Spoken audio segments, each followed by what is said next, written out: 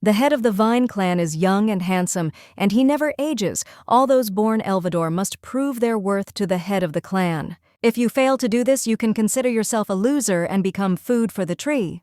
The young man turned to Magnus and asked where his fiancée, Gloriosa Elvador, was at the moment. In ancient times, which our heroine no longer remembers well, that was really her name.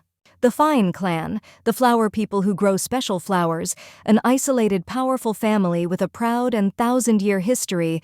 Today, Elvador will be destroyed because of them. After being sacrificed to the divine tree, she gradually assimilated with it, but at the same time used this power, pretending to provide the necessary information, but in fact hiding the secret code. A little bit more, and she will bring here a man who will overthrow Elvador. But this man is her fiancé. This is none other than Duke Arvid Yulisha. How could such a coincidence happen? The guy repeated his question about where his bride was, and if he didn't answer this time, he would lose his tongue.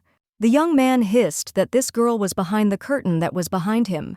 The girl felt sorry that she would not be able to personally see the unhappy face of her older brother when he became enslaved by the one he ignored just because he was a child. After Gloriosa heard someone's footsteps, she thought that if she still had a heart, it would probably be beating very hard. When the young man saw in front of him a girl who had grown together with a tree, he understood why he had been unable to find her for so long. He always felt suspicious about it and wondered why he felt like they were trying to take him somewhere instead of killing him, but it turns out she was asking him to find the divine tree, or rather her. But, in any case, thanks to her he had fun. Rivalry with her was the only incentive in his damned life. Then he came closer to her and asked what the girl wanted him to do. Gloriosa replied that she really hoped that these people would suffer as much as she did. Now let him cut down this tree and burn it so that not a trace of it remains. The young man replied that, okay, he would do everything the way his bride wanted. Magnus, who ran out into the street, shouted what he was even going to do, let him stop immediately. But Arvid destroyed him in the blink of an eye with his magical power and declared that they would all suffer in the hell he created for eternity. Then he approached our heroine and asked what would happen to her if he cut down this tree. When Gloriosa replied that her soul would be freed, but he would be cursed, the guy noted that it was very romantic to get cursed for the sake of his bride. But he already has 3 curses, so he doesn't care if another one is added. Our heroine was in great pain when he freed her, but she didn't want to be a tree for the rest of her life because she is a human. Having cut down the tree, the young man said that now she could rest, and the girl in turn thanked him. Then she thought about what would happen if she lived with him. Perhaps they would be very happy, in some unknown future that she didn't have, but that could have been hers. After some time, when our heroine suddenly came to her senses, she found herself among some people and near the harp she was playing. This must all be some kind of dream, but her hands move like a human's. Seeing Magnus in front of her, who turned out to be alive, she decided that it was a terrible dream. Suddenly, a voice was heard which told them to stop and added that everyone had tried well, except for one person, namely Gloriosa. Our heroine had an inexplicable feeling of déjà vu, as if this was the last spring banquet she had ever attended as a human. The older brother hissed that she was a useless girl and then ordered them to stop playing, as he needed to check their fingers. The little girl did not understand why this particular memory appeared, because she had many others. When the guy suddenly grabbed her hand, the baby felt pain, but did not understand why. It must be a dream. If this is a real day from the past, then she knows what the young man will say next. The young man declared that she was so ugly that not even one petal could bloom, and it seemed that she would become food for the tree. Then the guy chuckled and muttered when Gloriosa would be able to contribute to the family. The little girl clearly remembered how she breathed her last in Arvid's arms, and also that this unbearable family was destroyed and sent to hell. But will she really have to go through this again? It seems that even after dying, she cannot free herself from it. Her thoughts were interrupted by her brother's voice, who, before leaving, said that from today on she would be on probation, and that she should practice on this lyre in her room. The guys around began to disperse, saying that there was no need to mess with someone who was in the very last place.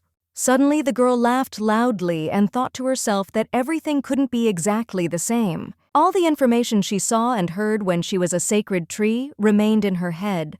All the things that Elvador would do in the future and how their situation would develop.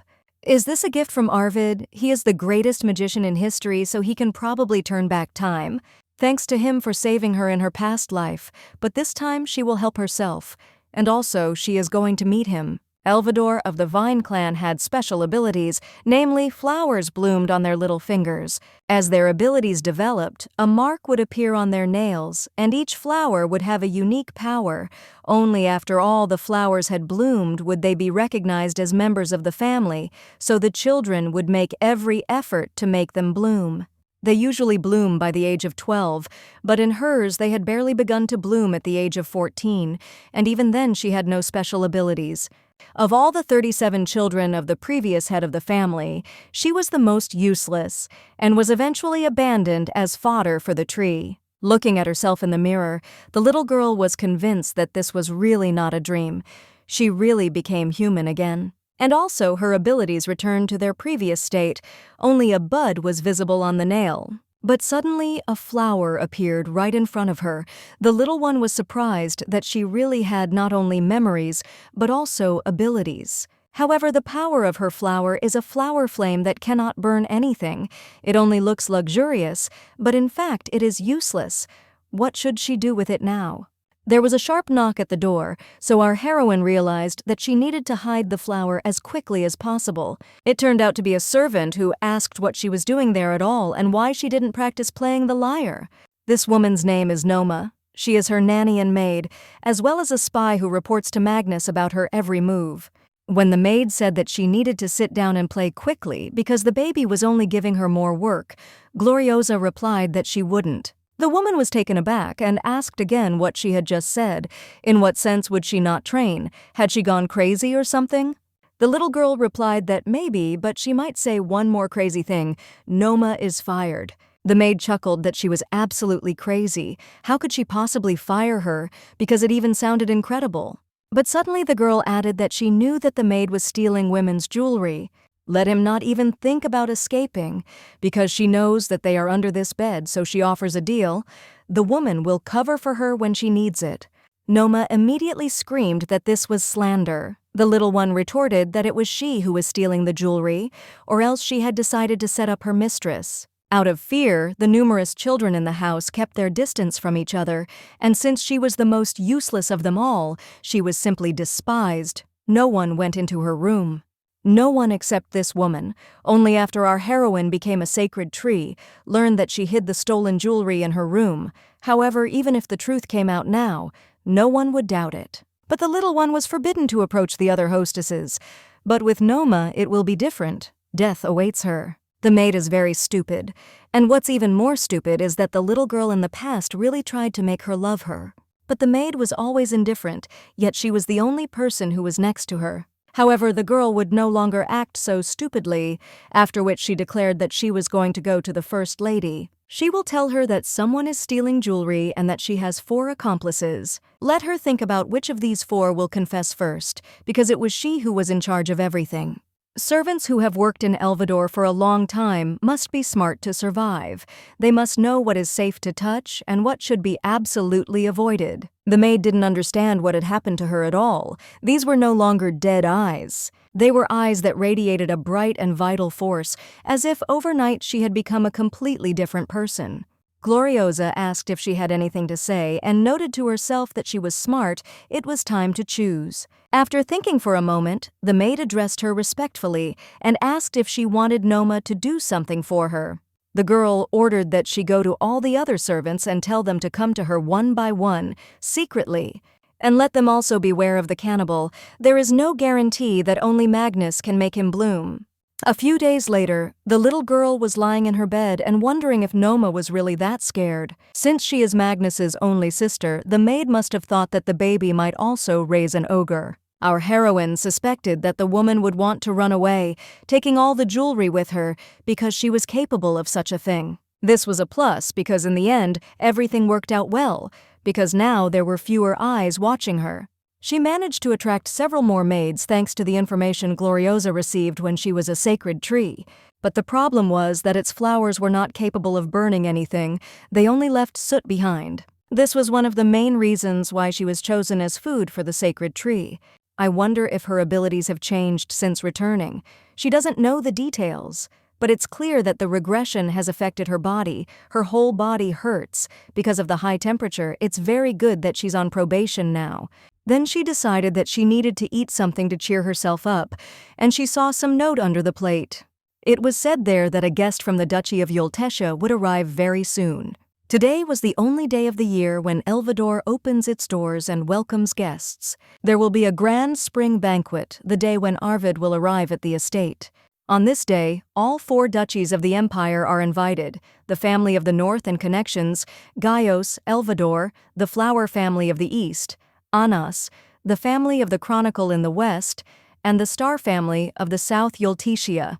The first emperor gifted each duchy. Only the heads of the family and their successors knew what these divine objects were and where they were hidden. The Tree of Wisdom, Elvador, was one of these items, and Arvid in the future destroyed all divine gifts, including this tree. The guy was going to do this in his youth. Then the little girl can be useful to him because she knows the essence and location of all divine objects. You need to hustle a little in order to talk to him. This will be her first game. She had already suffered enough while she was a sacred tree. The only question was whether her half-brothers were still as stupid. While the little one was thinking about who to start with, a voice rang out and sarcastically asked if the probationary period was already over. Then they threw a gnawed chicken bone at her and ordered her to sit down with the remains and then get out of the dining room. Why doesn't she say anything? The girl should thank Bert and get out of here quickly. Is the little girl so touched by his kindness that she can't even utter a word? This guy, the only son of his first wife, gets the best grades. However, after Magnus took over as head, he became simply a nobody. Sooner or later, Bert will die at the hands of his older brother. Knowing all this, our heroine understood how worthless the young man was. Then she sighed dramatically and thanked him, adding that it must have been very tasty. Now, thanks to his beloved brother, the little one will be full. The young man did not understand what was happening to her. What kind of facial expression was that? He thought that she would, as usual, grovel. But why was she only smiling? And then Gloriosa looked at him confidently and asked if she shouldn't give him something in return. Maids immediately materialized around him and poured a bucket of some liquid on him. After this, there was a deathly silence in the dining room. Everyone present did not understand what had just happened. The young man lost his temper and shouted, "Are they all crazy? Do they really think that they will get away with it so easily, that he will personally punish them?" One of the maids replied that he could not do that, for that he first had to get permission from the head of the family.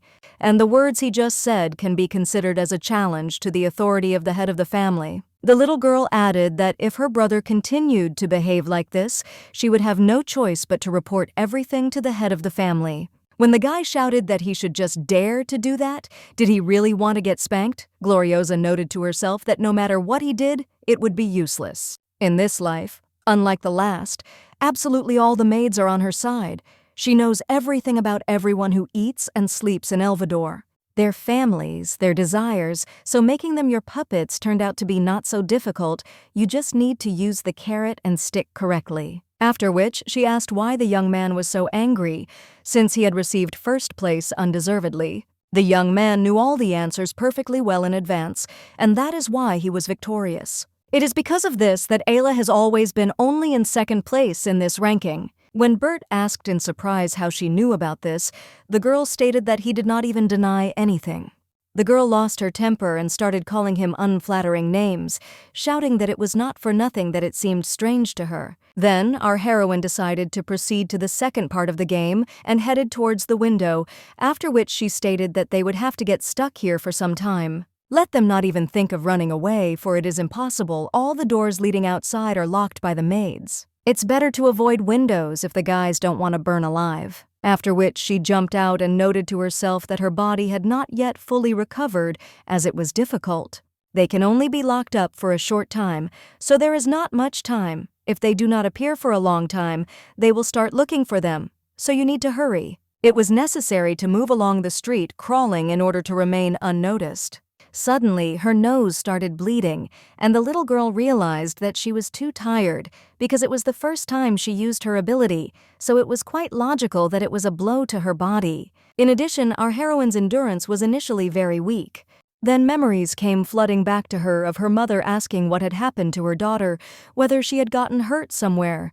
After which she hugged the baby and told her to remember that she was born an Elvador. The more pain they suffer, the stronger they become. But if something happens to her that will be difficult to bear, then let her find her groom. Her fiancé is the son of her mother's most valuable and special friend. Together with him, they will definitely be able to overcome everything. Soon after the woman told her this, she suddenly left this world, as if she had foreseen her own death. As her mother said, the girl became as strong as her past life was painful, and she will definitely meet her fiancé. Suddenly, she heard a conversation between aristocrats.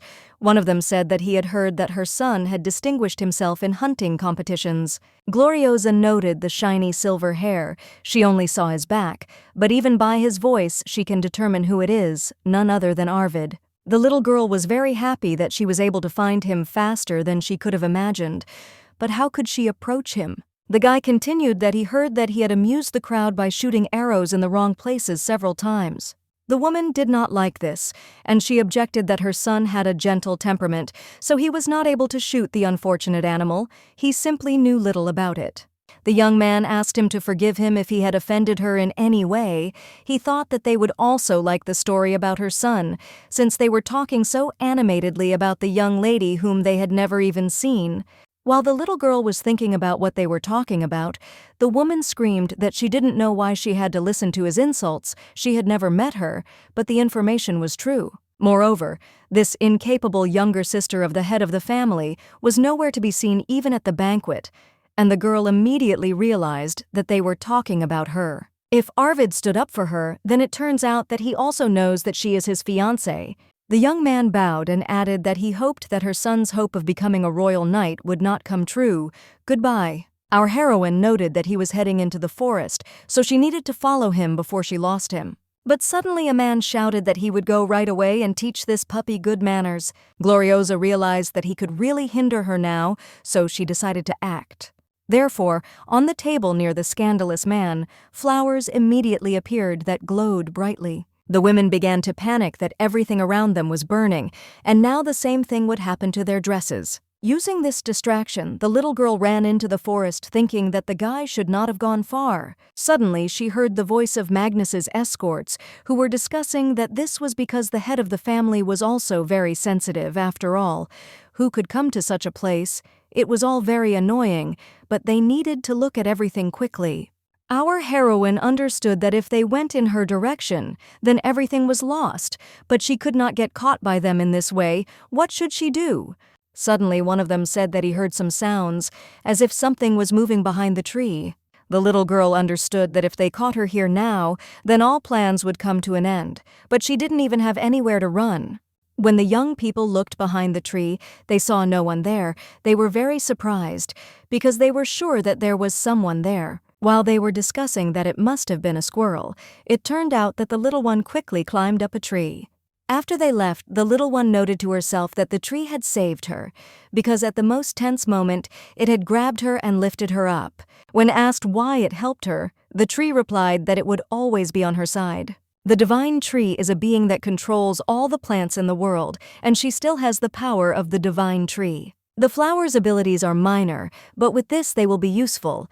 After which she asked if she could ask him for something. Let him help her move to another tree, because there is someone she must definitely meet. The tree obeyed and began to fulfill her request. Gloriosa was glad that she had no fear of heights. She completely missed Arvid while hiding from the guards. It will be difficult for her to find him alone in this huge forest. In this case, she will make the young man come to her himself. Suddenly, her nose started bleeding again because she had used her power too often. The little girl immediately explained to the tree, which became worried that everything was fine. It was all because she had abruptly used most of her magic. I noted to myself that if you look at the course of the past life, then Arvid most likely went into the forest to find the divine tree. Therefore, if he sees such a bright light in the middle of the forest thicket, he will definitely come to it. Suddenly, a strong wind blew, so the baby could not stay on her feet and began to fall down. Suddenly, it happened that she fell right into the arms of a young man who asked what she was doing there because he thought that she was just a small squirrel. She had to be careful because just a little bit more, and he would decide that there was a hired killer there, and she could die at his hands. While Gloriosa was wondering why he needed a blindfold, the guy asked her if she was going to get off at all or if she was going to continue sitting on his hands. Our heroine exclaimed that of course no, and then jumped off abruptly. Then the young man pointed his finger at the flower and asked if she had blossomed them here.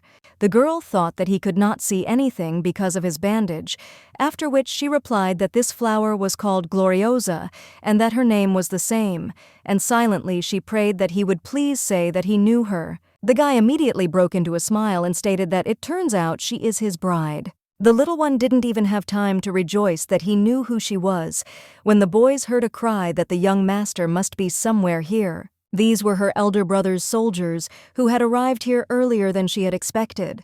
The girl immediately grabbed his hand and said that he was seeing her for the first time, so her words might seem absurd to him, but she wanted to suggest something. After which, she stunned him with the news that she wanted to propose a marriage contract to him. The little girl knows what he wants to do. The young man wants to destroy the divine gifts. She cannot explain everything, but she will definitely be useful to him. She can also tell him where the sacred tree is. Just 1 year. They will be married for 1 year, and she will share all the information she knows. Just let him please take her away from this family. After thinking for a while, Arvid asked if he could then take a closer look at those flowers. Our heroine was very nervous that the soldiers were too close, so she tried to quickly show him everything. Suddenly the young man grabbed her hand and pulled her towards him, saying that he saw her. Gloriosa did not understand at all what was happening to him, but tears began to flow down the young man's cheeks. Suddenly a cry was heard from the soldiers that they had found the young master. Let everyone head here. The little girl began to panic that they would now see her flowers, and that she needed to get rid of them as soon as possible. Suddenly the guy covered her with himself and told Ryozi to stay close to him from now on. The little one noted to herself that no one had ever addressed her like that. For some reason, her useless name now seemed so cute. As a result, they were finally caught. The little girl was worried whether everything would be okay with Arvid. The thoughts were interrupted by the voice of Magnus, who said that the young master Yulisha was behaving disrespectfully in someone else's house. The road was specially paved with flower beds. How could Arvid get lost in Elvador's garden? He begins to doubt him. Of course, he understands that the young master is still at the age when people like to hide and seek, but this is somehow strange. Gloriosa didn't understand what this bloody atmosphere was. Despite his strength, Arvid is still a child. But suddenly he asked if there was anyone who responded to the bark of a fox that had lost its wild nature and was now fawning on him. The young man got furious and started shouting what kind of nonsense he was talking about now. But the guy interrupted him and said that the reason he came to Elvador today was to find his bride, and she was this child. So from now on, she should be treated as a member of the Yulisha family. He takes Gloriosa with him. Our heroine was also taken aback by this news. Of course, she herself asked to be taken away, but she didn't think it would be so abrupt. Magnus asked what other bride, because he had heard absolutely nothing about it. Arvid replied that yes, that's right. The head of Elvador is a young chick who just took over the position. There are probably still many things he doesn't know. The elder brother hissed that in any case, she had Elvador family blood in her, so he needed to think it over first and only then make a decision. Our heroine began to get nervous that the atmosphere was getting tense. Was he really going to create a cannibal? As the situation worsened, the girl said that regarding the engagement, evidence must first be found. The young man just smirked and told Magnus to treat her the same way he treated him. When the head of the Elvador family asked him what he had just said, Arvid noted that the head seemed to have trouble understanding, so he would repeat it again. Gloriosa was his fiancée, and her older brother has no right to decide where the girl should be? Is there something he still doesn't understand? Our heroine noted to herself that this was the same magic that she had seen before. On the very day that Elvador died, she knew that her fiancé had such an ability. Suddenly a man appeared from the portal, asked for forgiveness and said that he was not yet used to this, after which he greeted everyone.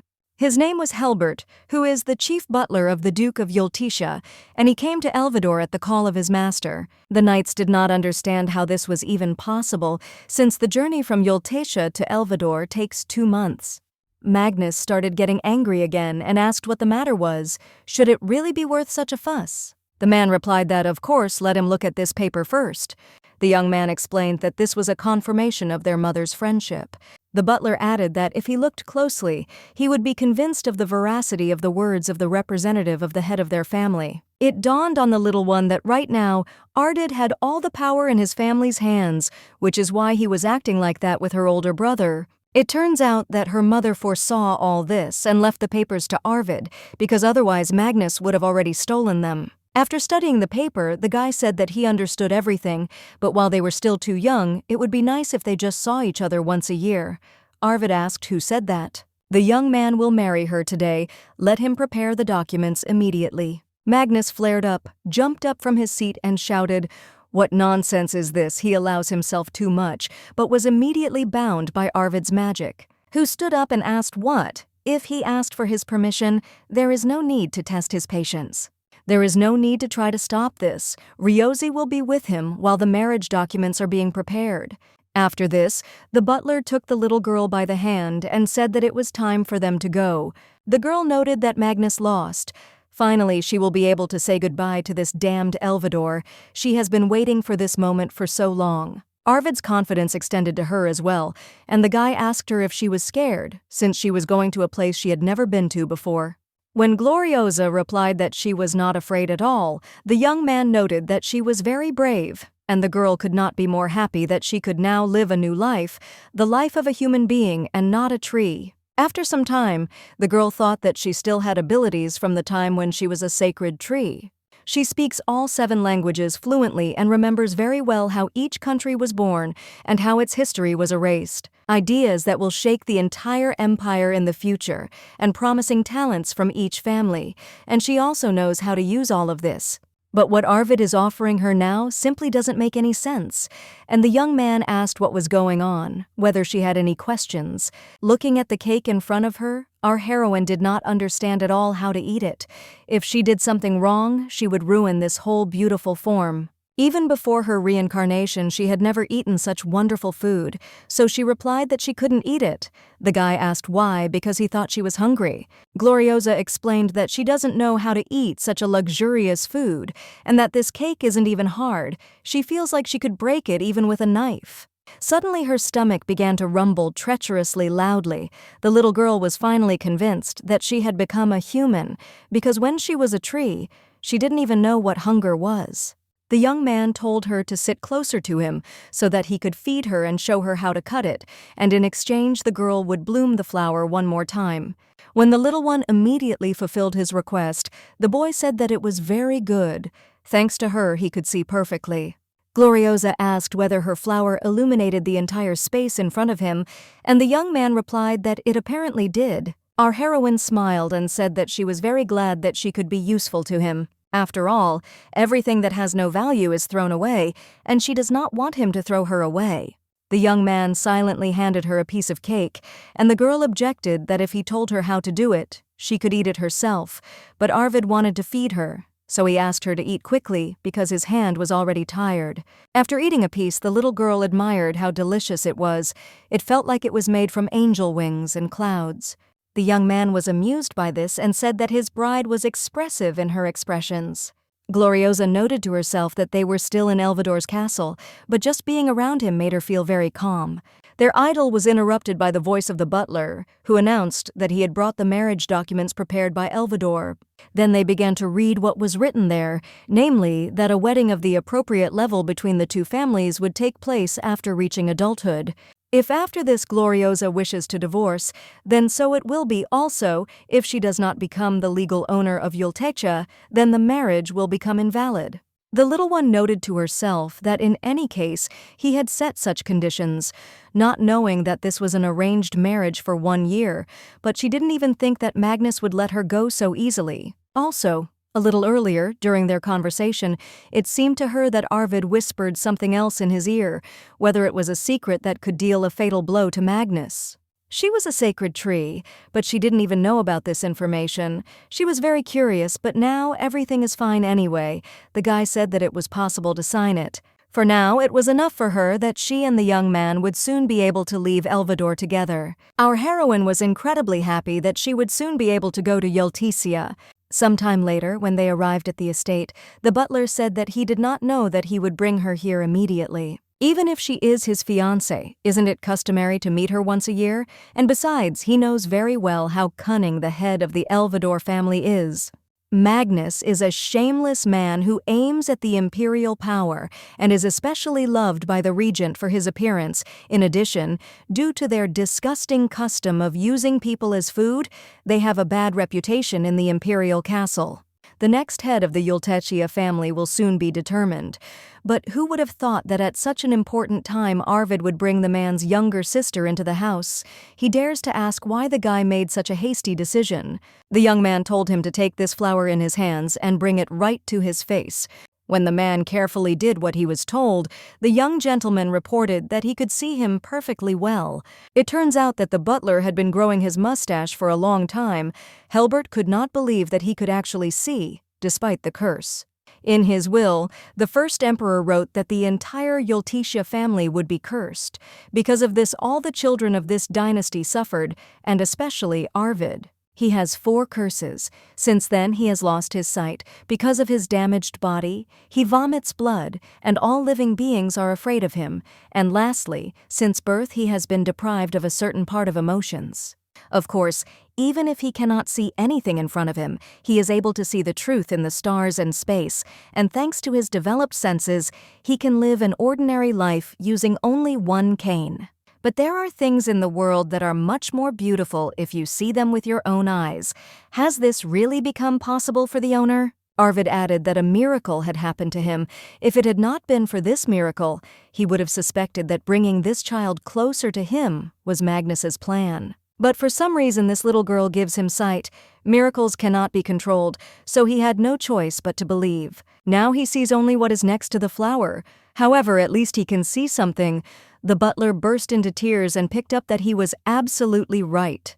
The young man continued that he must ensure that all the conditions necessary for a comfortable life for his young wife were met.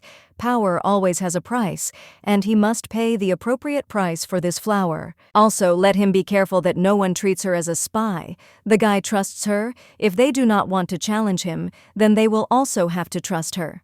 The butler bowed and said that he remembered his words, after which he added that perhaps the previous head of the family knew that everything would happen this way. Arvid objected that, on the contrary, it was possible that Gloriosa's mother had suggested this to his mother. On the other hand, it was questionable why she had decided to marry her to a man with so many curses. But whatever the reason, he is not going to let this child go, because the girl is not even afraid of him. She is incredibly special. The man noted to himself that it had been so long since he had last seen a smile on the young master's face, and that this rare ability to bloom flowers could bring about changes in Yulisha. After some time, the guy noticed that his wife slept a lot. Perhaps he should have listened to the butler when he wanted to take her to the bedroom.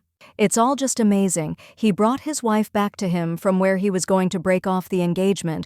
When she sleeps, she is completely different from what she was before. The girl was trembling with fear, but there was determination in her voice, and golden light was pouring from all sides. Her eyes are like Venus, and her eyelashes are like the Milky Way. Her face was the first he saw since his birth.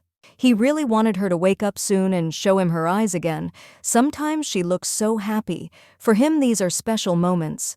Suddenly, the current head of Yulisha entered the room and asked why he didn't soften his expression, because if anyone saw him, they would think he had the plague. When the boy replied that it didn't matter, the man muttered thoughtfully that he couldn't remember there being a guest bedroom here. As far as he could remember, there hadn't been one some time ago. The young man replied that he would allow her to stay in his room for now, so there was no need to interfere in this matter. This child is his person, so there is no need to interfere. Lem noted his menacing growl and said that he shouldn't behave like that with him, because he just came to look at the child who could become the next head of the family. Given her fragile frame, she should be handled with care. Arvid reminded that one should not pester her. The man stated that she had clearly sunk into his soul, then he would treat her as a daughter-in-law, even if it was temporary, but he could not tell him what to do, even though she was his father. On the way, Lem thought about how Gloriosa had shown her hidden claws to follow the news. He sent his subordinates to each family. He never thought he would hear such an interesting story. One day, she suddenly recruited all the maids and forced them to pour soup on the first mistress's son, and also revealed the secret of this child. Perhaps she is just right for this snake pit. Things are taking an interesting turn. Since she is his daughter-in-law, he should treat her well and take care of her. Then the man came to the conclusion that it was necessary to present her with the eggs of the sea queen. The next morning, the little girl was afraid to open her eyes because she was worried that her departure from Elvador might be a dream. But opening her eyes a little, she saw a young man in front of her who asked how long she was going to pretend to be asleep. Let her open her eyes already because she needs to get up and have breakfast. She would like to do this together. When the little girl fell back onto the pillow, the guy stated that she still felt unwell, after which he asked if she would be able to walk to the dining room. If Gloriosa had not yet rested enough, he would ask for food to be brought to the room, but the girl would object that she could and wanted to go. The young man replied that, okay, then they would call the doctor after she ate. The baby thanked him for his concern. Arvid replied that it was a matter of course. Now that she was awake, he would introduce her to the maids who would serve her. These girls will make sure that Elvador feels comfortable in this estate. Now it was time for him to go, and she should take her time while she got ready.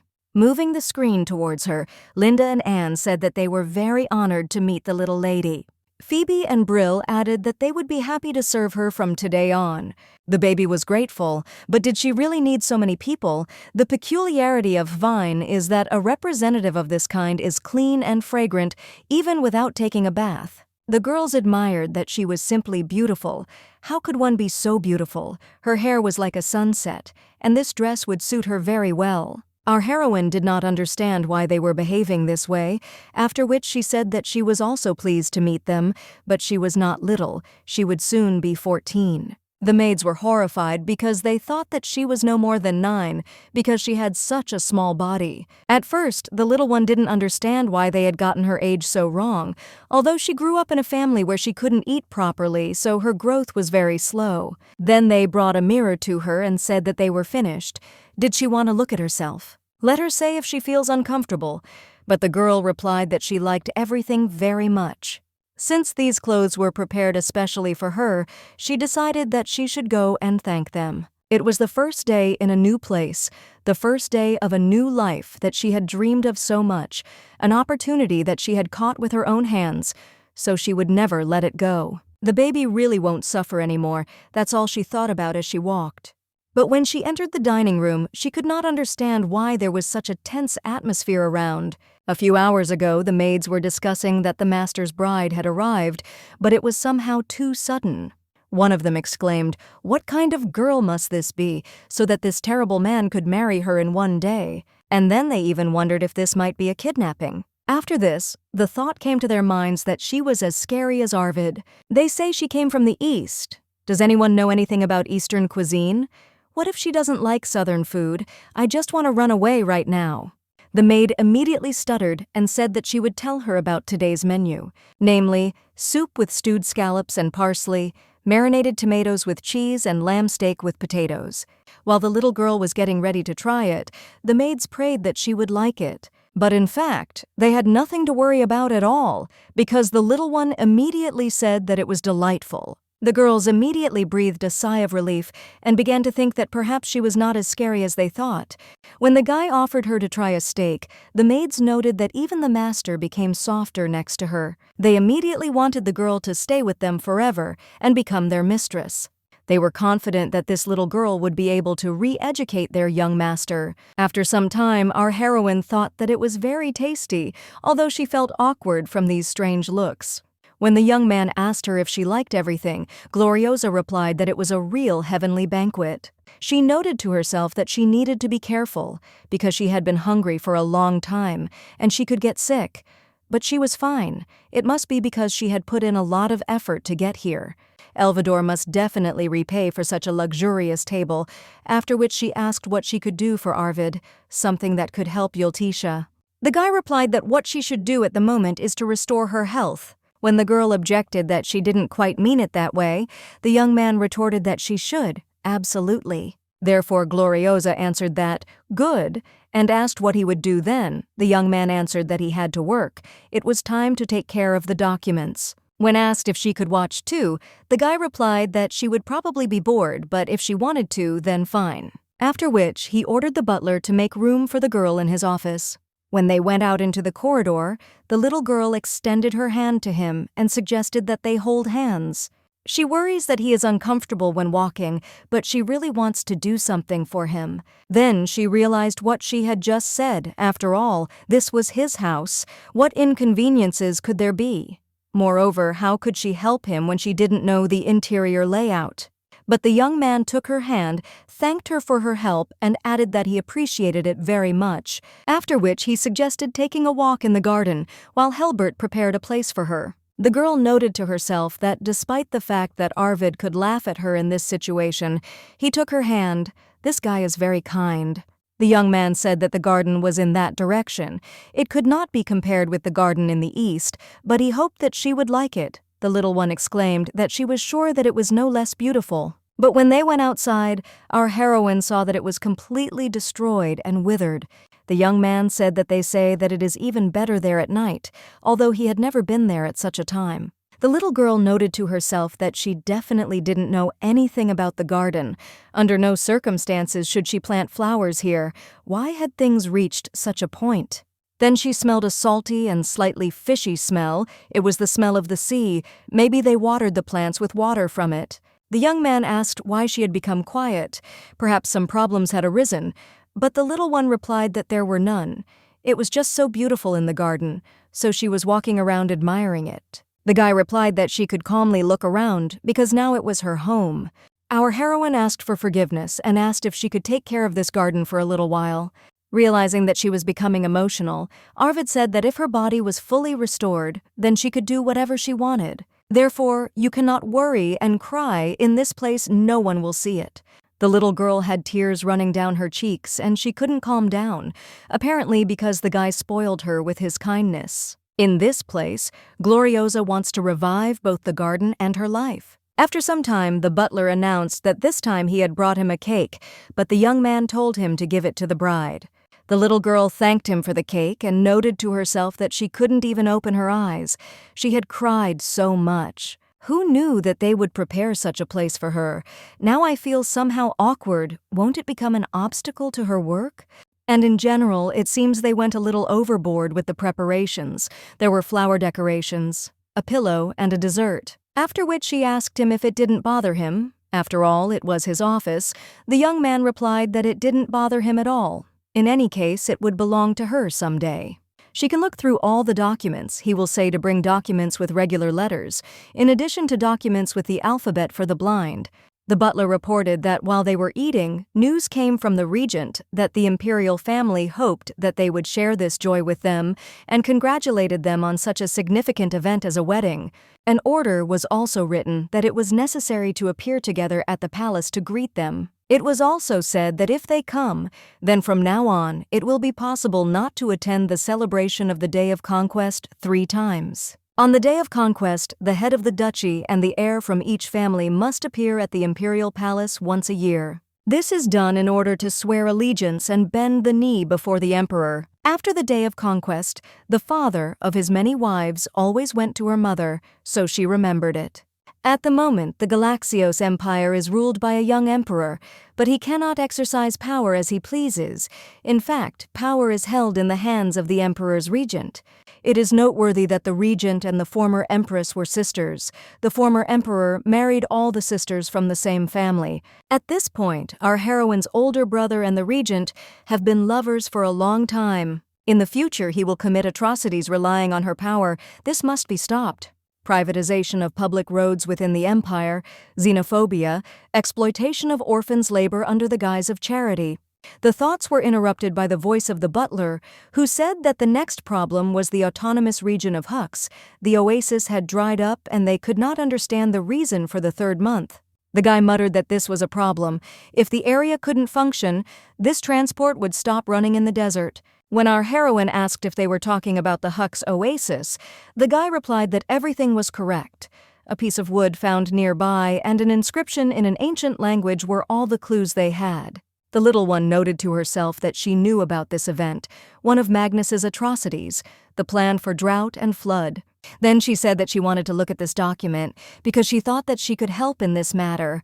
This area is considered an autonomous region and is located in the desert, which is located in the southern part of the empire, in close proximity to the lands of Yulisha, but has no owner. The locals maintain a religion and lifestyle that are unique to this place.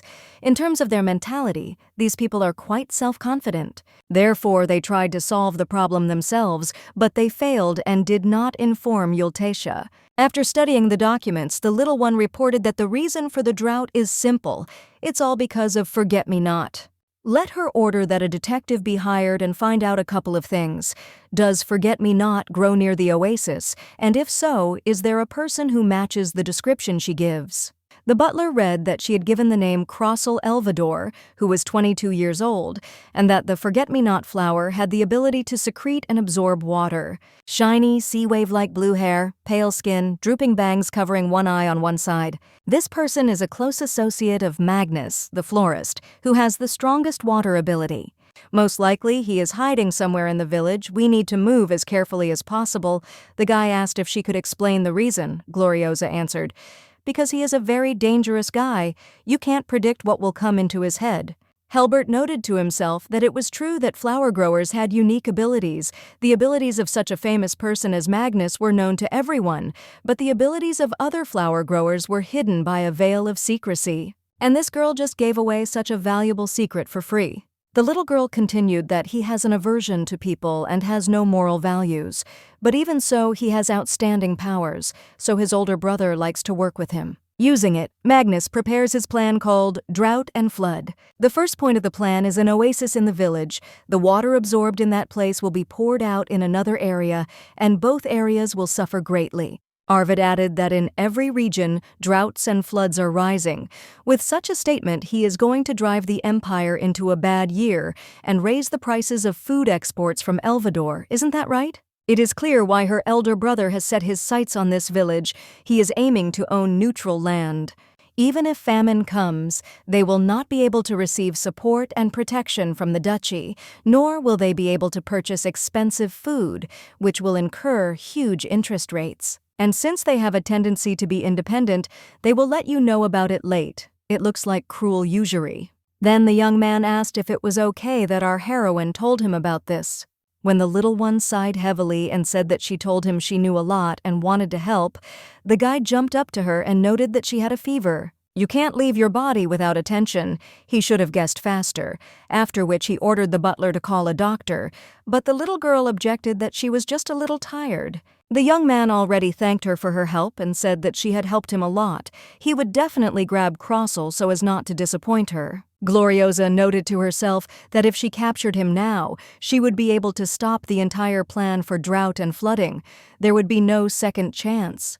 Then Arvid put his hand to her forehead, and the girl thought that she was so cold, if only this moment could last forever. After some time, when the boys put her to bed, the butler noted that she was truly an amazing person. She knows so much information, also has the ability to evaluate, assume, and relate each event based on the situation. The baby does not look her age at all. The guy replied that yes, she had been a great help to them today, after which he suddenly began to be choked by a coughing fit. After using the handkerchief, Arvid saw that there was blood on it and muttered that time was running out. He noted to himself that he might have to hand over the seal faster than he thought, but he was sure that she could handle it. The woman becoming the head of the family is a system that operates only in the Yulisha family. Since ancient times, only one single son is born in their dynasty. The son who bears the Bayan curse was deprived of the right to inherit the position of head of the house from birth because of the first emperor. Thus, they found a way out of the situation, to marry from childhood, the bride, who will become his partner. from an early age must live in the duchy and take lessons from the successor. There are 2 candidates in total. The first one was chosen personally by the Yulisha family. The second is chosen by none other than the imperial family. For these candidates, the family prepares several tasks and brings them to the temple. The guardian spirit of Yulisha chooses the tests himself. Thus, after conducting all the necessary tests, the guardian spirit chooses one girl, and as proof that she has become the head of the family, gives her a diadem. The stone inserted into the tiara reacts only to its owner, and the color changes depending on who wears it. The girl chosen in this way will carry the time of Yulisha on her shoulders. Under normal circumstances, Arvid's mother would have been responsible for choosing a successor. Gloriosa could learn a lot from her as a candidate for successor, however, if everything went according to plan. When the boy began to drive away useless thoughts, a small dragon appeared, and he stated that this must be a message from his father. The creature reported that he had found a clutch of sea queen eggs. She had laid the desired eggs deep under the water. Of course, she is in egg-laying season now, so she is very sensitive. It will take him some time to return. Let them hold out for another 10 days. Lem hopes that the eggs will be to the baby's taste. The butler exclaimed how he found the clutch in time. One of the top 3 delicacies in the world, the sea queen is very ferocious during the egg-laying period.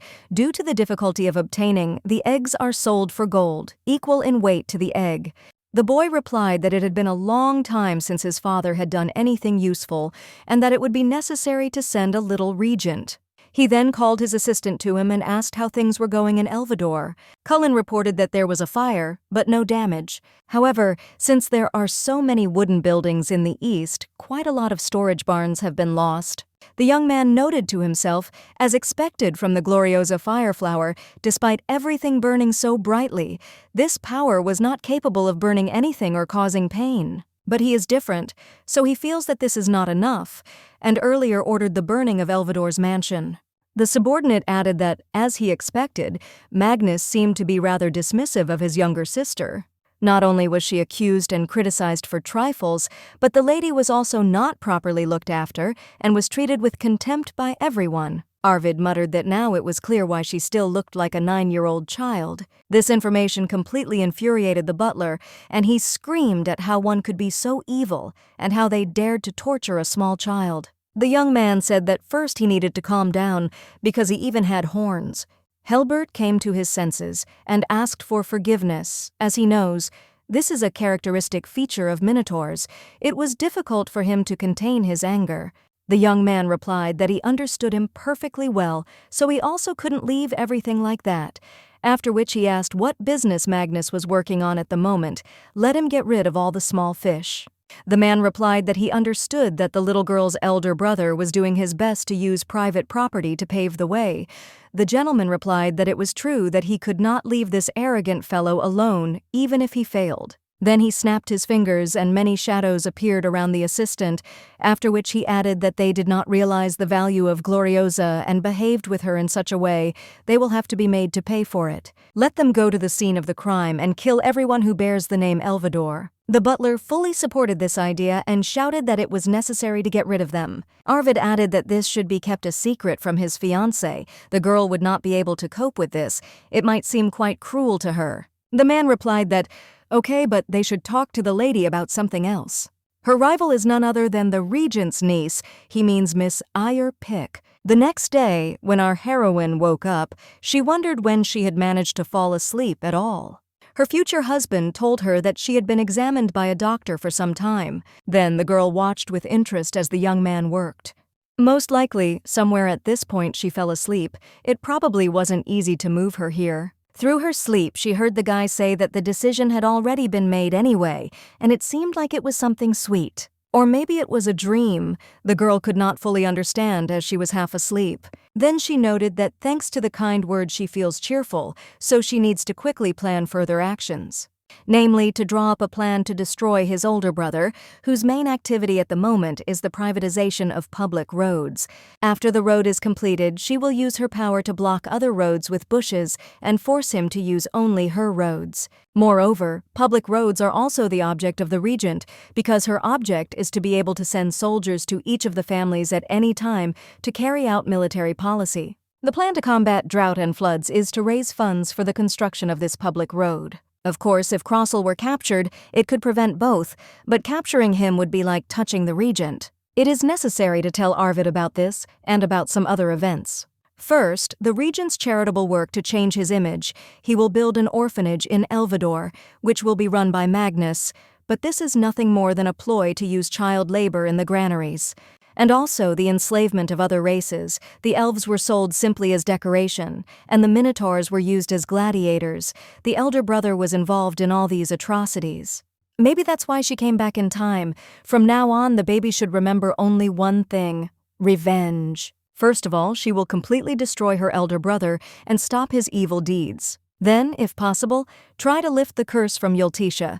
But to do this, at least, you need to become the head of this family. After which she realized that, although her self-esteem had increased a little, she still understood that she was not suitable for this position.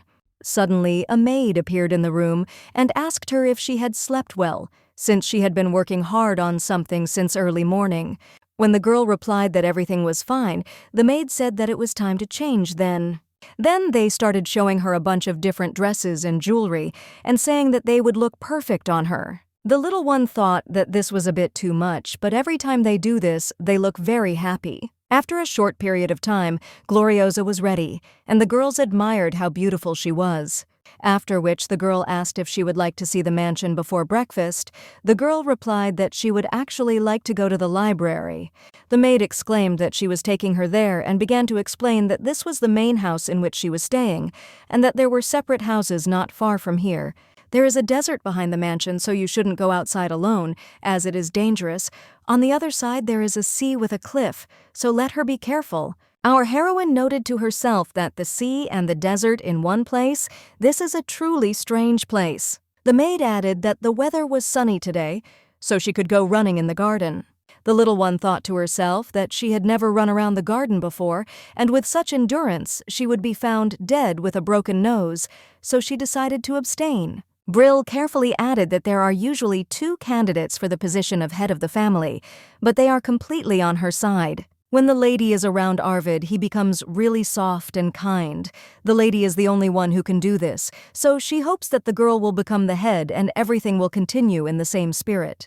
When the little girl objected that he seemed like a kind person, the girl turned pale and said that this was not at all true. Gloriosa noted to herself that nevertheless she was still pleased to hear it. She was a little depressed that someone like her had to compete with Ayur. Besides, she is a member of the imperial family. It is only fair that she should have at least some advantage. Lem suddenly appeared, abruptly picked her up in his arms, and exclaimed that, as he thought, she was too light. While the little girl was still realizing that this was none other than her fiancé's father, the man asked why she was so light as a feather and whether she was eating at all. After some time, the man asked for forgiveness, as he was not accustomed to Eastern etiquette. Our heroine replied that in the South, it is generally difficult to meet a lady like her. Lem noted that she looked more like a child who was about to become emaciated. The little girl objected that she was already 13, so she could be considered a lady. After which, she looked at the table and asked whether she needed to eat it all, since she was already full. The man replied that yes, it was a bet. If she ate it all, he would admit that the girl was a lady, after which they began to put food on her plate again. The girl asked him if he really liked it so much when she eats well. The current head of the family replied that, of course, he did. She is going to live in his house, and even claims to be the head of the family. He has no choice but to feed her well. Gloriosa noted that she almost fainted from shock a little earlier, but he does not seem as bad as she expected. After which she said that she had one question. The man replied that she could ask whatever she wanted. Why does the man think that she will become the head, and what about the second contender?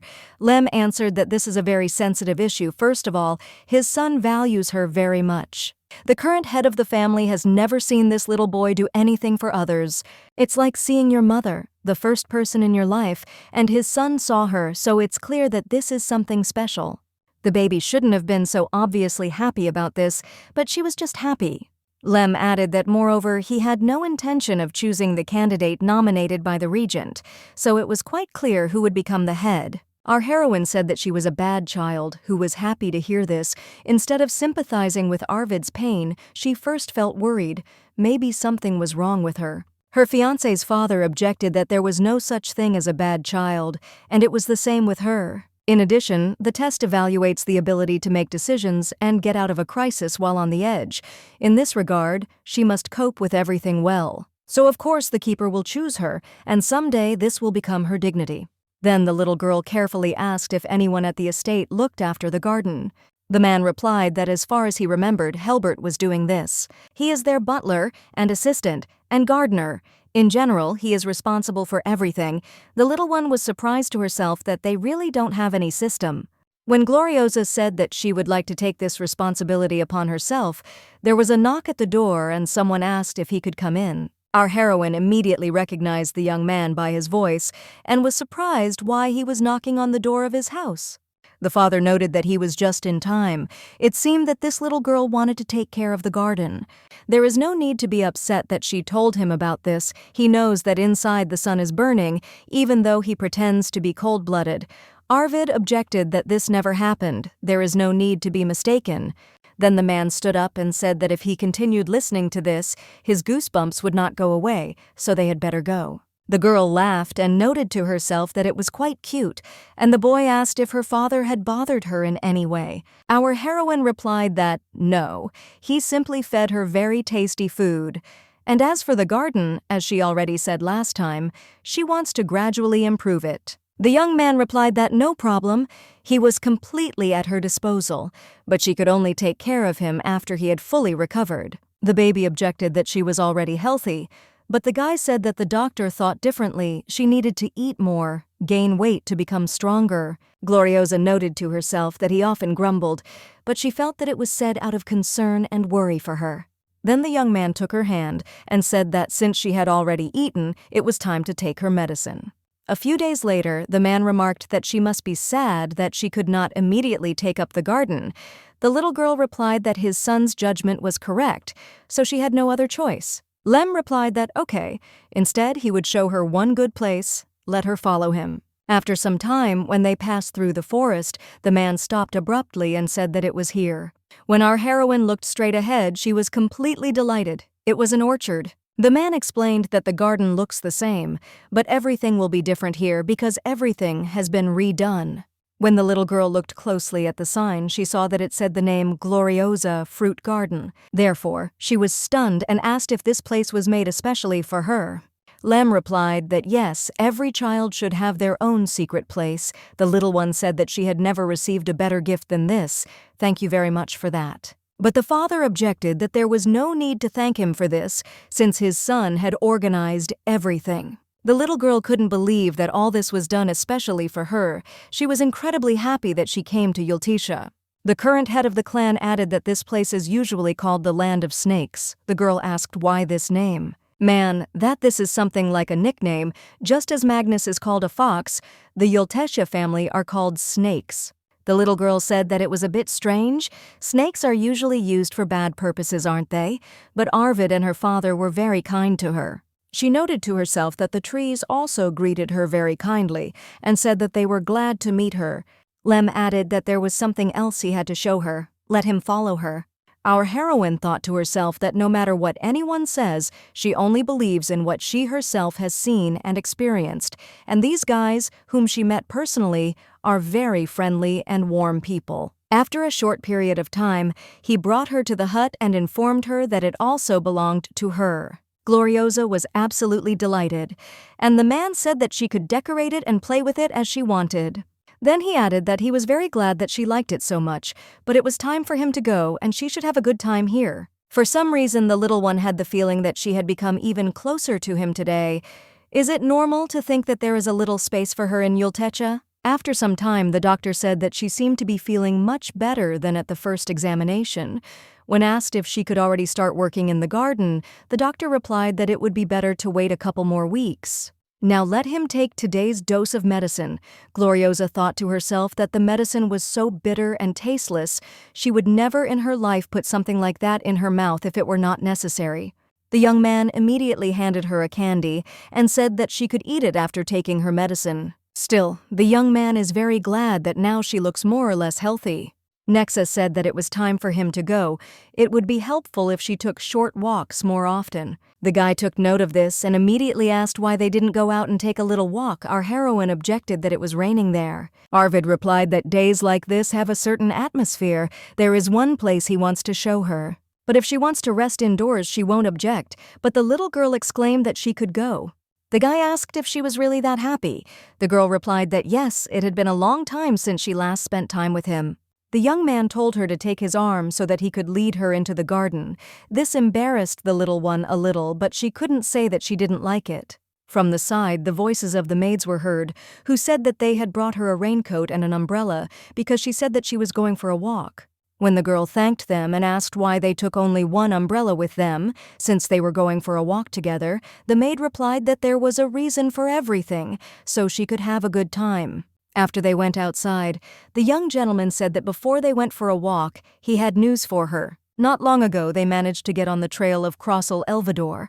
He hasn't been caught yet, but he will be soon, because Cullen knows his business very well. At the moment, his subordinate is tracking Crossel in the village. The little girl noted to herself that it seemed like he was doing a lot for Arvid, like a weight off her shoulders because she was worried about this issue. Suddenly, the young man pressed her to himself and told her to come closer because she would get wet.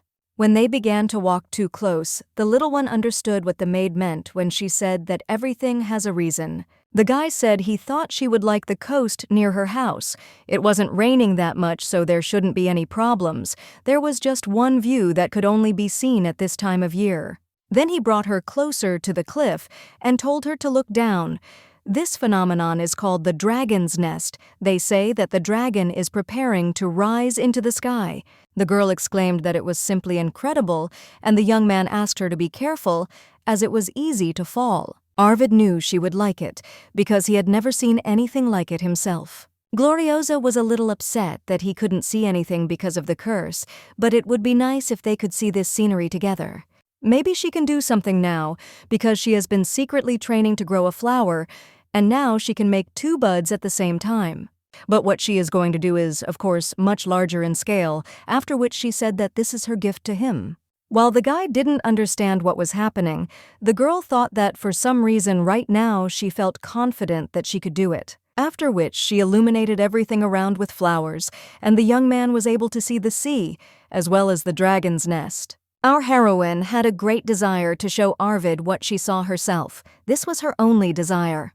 She put her whole soul into it, a level far from those 2 buds that she grows at night, an abnormal increase in level. The fact that she managed to pull this off meant that she liked the guy incredibly. After some time, the guy thought about how for the first time in his life he saw a forest, trees stretched out in a row after the burning mansion, and this time a spinning whirlpool. It's just amazing. Gloriosa shows him magnificent views every time. Until now, to find something beautiful, he had to look up at the sky. But thanks to this girl, he realized that there are beautiful things on earth too. After which he decided that he should give her a gift, and then he called his servant to him. The first question was how the work on the presentation of public roads is going. The otherworldly being reported that the processing was complete, everything was completely ready. As for Elvador, his arrest also ended successfully. Sometime later, the maids admired how beautiful the little girl was. Her hair pulled back looked especially good. The girl asked them not to embarrass her. After all, she was already so deeply imbued with feelings for them that it was hard for her to think that they would ever have to part, the maids exclaimed. What was she even talking about? The baby replied that soon another candidate for head of the family would come, then perhaps one of them would go over to her side. The girls immediately began to lament that this was simply impossible. They would always take care of her. They would try their best to make her the official head of the family. In addition, the other candidate will have her own servants, with whom she will come from the capital. She will definitely bring 4 maids. They will not lose under any circumstances. With her arrival at the mansion, it was as if spring had come again. Not only the lord, but his lordship the duke became kinder, and everyone took care of her with all sincerity. Our heroine noted to herself that everyone was afraid of the local hosts. The Yulisha that she saw were different from those that others saw. Suddenly, the butler appeared and said that he needed to talk to Gloriosa.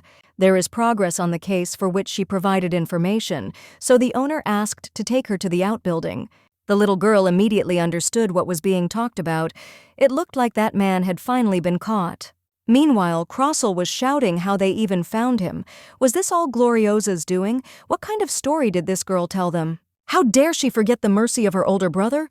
What a traitor! Soon Mr. Magnus will come to save him, and there will be no trace left of them. Arvid sat down opposite him and hissed that enough was enough. He couldn't listen to this anymore. It seemed that a plug was needed here, after which a snake appeared in the young man's mouth. After which the young man stated that, although they were similar monsters to him, they had different classes. As soon as the young master heard someone coming, he immediately tied the snake into a bow to make it look cute. Then he said that he should thank him, because now he looked too menacing to meet the little girl. Upon seeing her so-called relative, the little one stated that she had managed to catch him. The guy replied that it was all thanks to her. Now all that was left was to destroy her older brother's plans. Crossel couldn't believe that this was really a girl who had spent her life in oppression. Did she really think that she had made the right decision by betraying her master? Magnus feeds pathetic people like her to the man-eating flower. Our heroine only glanced at him and said one phrase that he needed to be gotten rid of. They must break the wings of her older brother. This man is a scarecrow who can do nothing alone. In order to hide his incompetence, he uses and deceives other people. Crossel was so stupidly caught and became useless. She noted to herself that even villains have the most sincere admirers. The young man always wanted to prove his usefulness, so for the first time Magnus gave him a huge role. This is his weak point. It was not for nothing that she mentioned the word useful, because for Crossel it is like a red rag to a bull. Then she put her hand on his shoulder and said that thank you for being useful to her. Thanks to him, she managed to hide the truth and the lies of her information. From now on, she is going to put more and more pressure on Magnus's throat, bringing him to clean water. It is then that Yultasia's love will come, and he will become the head of their family. Heartfelt thanks to him for this. Suddenly, the young man managed to get rid of the bandage on his face, and he began to call for water, screaming for her to die. Our heroine's mother's words immediately floated into her head, telling her that she needed to remember that the more pain they suffered, the stronger they became when they were born Elvador. When the girl found herself under a powerful stream of water, the guy laughed loudly and shouted for her to finally die. But the fun didn't last long, as it turned out that the little girl had managed to put up a flower protection in front of herself. Gloriosa noted that she deliberately got into this situation. She does not want to be satisfied with just a couple of blossoming flowers. Inside her there is dormant and ancient power that she accepted when she was a sacred tree. This power is capable of controlling all the plants in the world. Then she noticed that the future groom was trying to open space, apparently wanting to help her. But the young man should not suffer either, because she managed to put a barrier on him. She is very grateful for the attempt to help her, but the time has not yet come. Crossel began to get very angry that this was not working, and saying that she was an arrogant girl, he decided to try something else. After which a huge wave appeared above our heroine's barrier, which was about to rush towards her. The little one didn't expect that he was still able to splash out water in such volumes, but he would never be able to cope with her flower anyway. The young man again began to rejoice in advance that he had managed to win after all. But he was deeply mistaken, because right in front of him a huge tree began to grow from under the ground. When the roots started to reach towards him, the guy shouted that he shouldn't come near him, just not like that. After such a huge amount of energy that Gloriosa spent, she almost immediately lost consciousness. The young man thought that if the space had opened up a little later, a big disaster would have occurred, since it would take a long time to move all these trees at once. I wonder what has become of that young man now, whether he is even alive. When Gloriosa opened her eyes a little, the guy immediately started asking if she could hear him. The girl heard him, but she didn't even have the strength to speak. She felt as if something had opened inside her, after which she whispered that it was not necessary. The young man did not understand what exactly, but our heroine could only whisper one more word, "Forgive," and then immediately switched off again.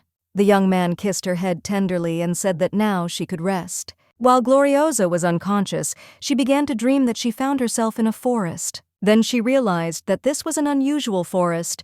This was her inner world, the place where the sacred tree connects with its essence. The sacred tree of Elvador is a condensation of nature, and for many years she tried not to be swallowed up by this huge fauna, so the sacred tree became her, and she became the sacred tree. But what will happen if suddenly her flower blooms right now? The vast field in this space is filled with her flowers.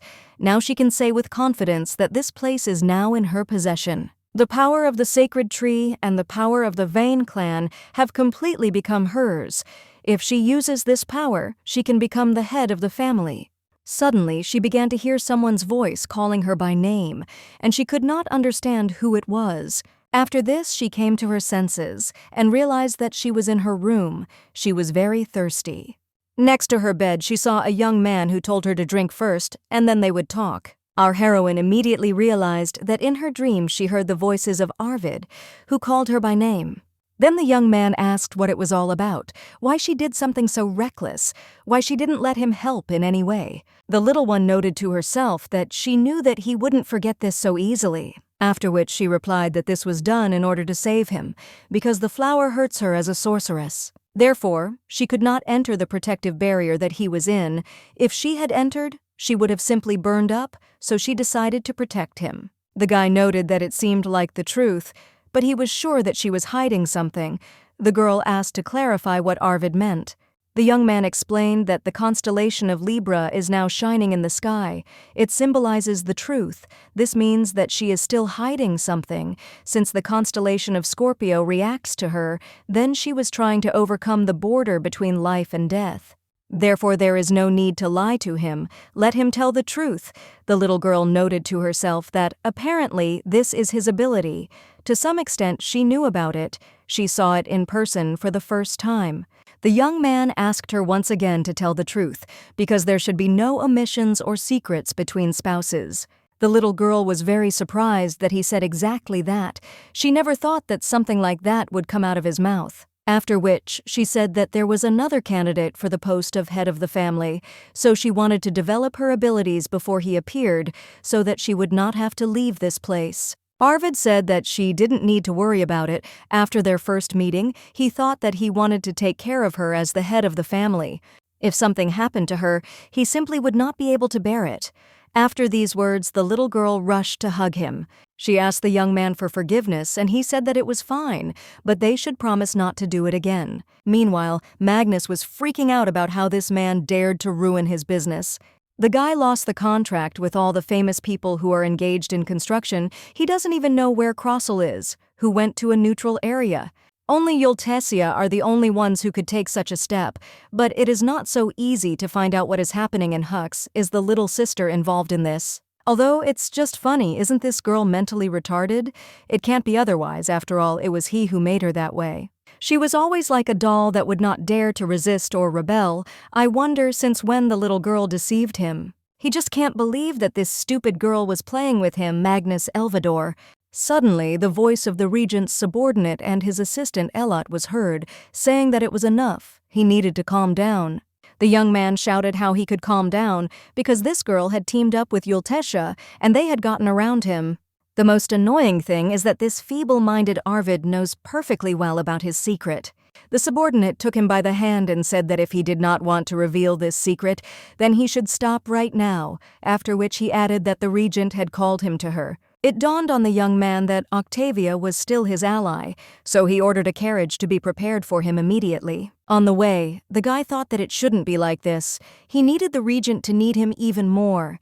He needed to look more beautiful and seductive. This will happen if the young man manages to avoid and replace that very prediction. As a child, his father declared that he would be ugly dried up by the one he himself would give birth to, that what he desired would never fall into their hands.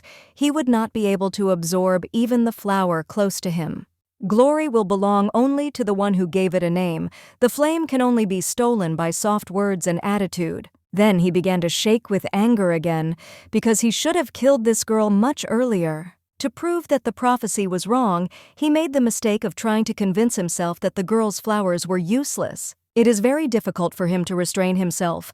Right now he wants to catch her and kill her, catch her and tear her to pieces. The assistant reminded him that they would be arriving soon, so please let him mind his manners. Especially, he should never show her that expression distorted with anger. Magnus noted to himself that, yes, he needed to control himself, because he still had a trump card. For this, he had to continue to listen to the words of the regent. Upon seeing the young man, the regent of the Central Imperial House of Galaxy Octavia told her cute fox to come closer to her. The young man said that he couldn't believe that she wanted to see him at such a difficult time for him. He was very happy. The young man cried bitterly because he missed her very much. The girl noted that today he only said nice things.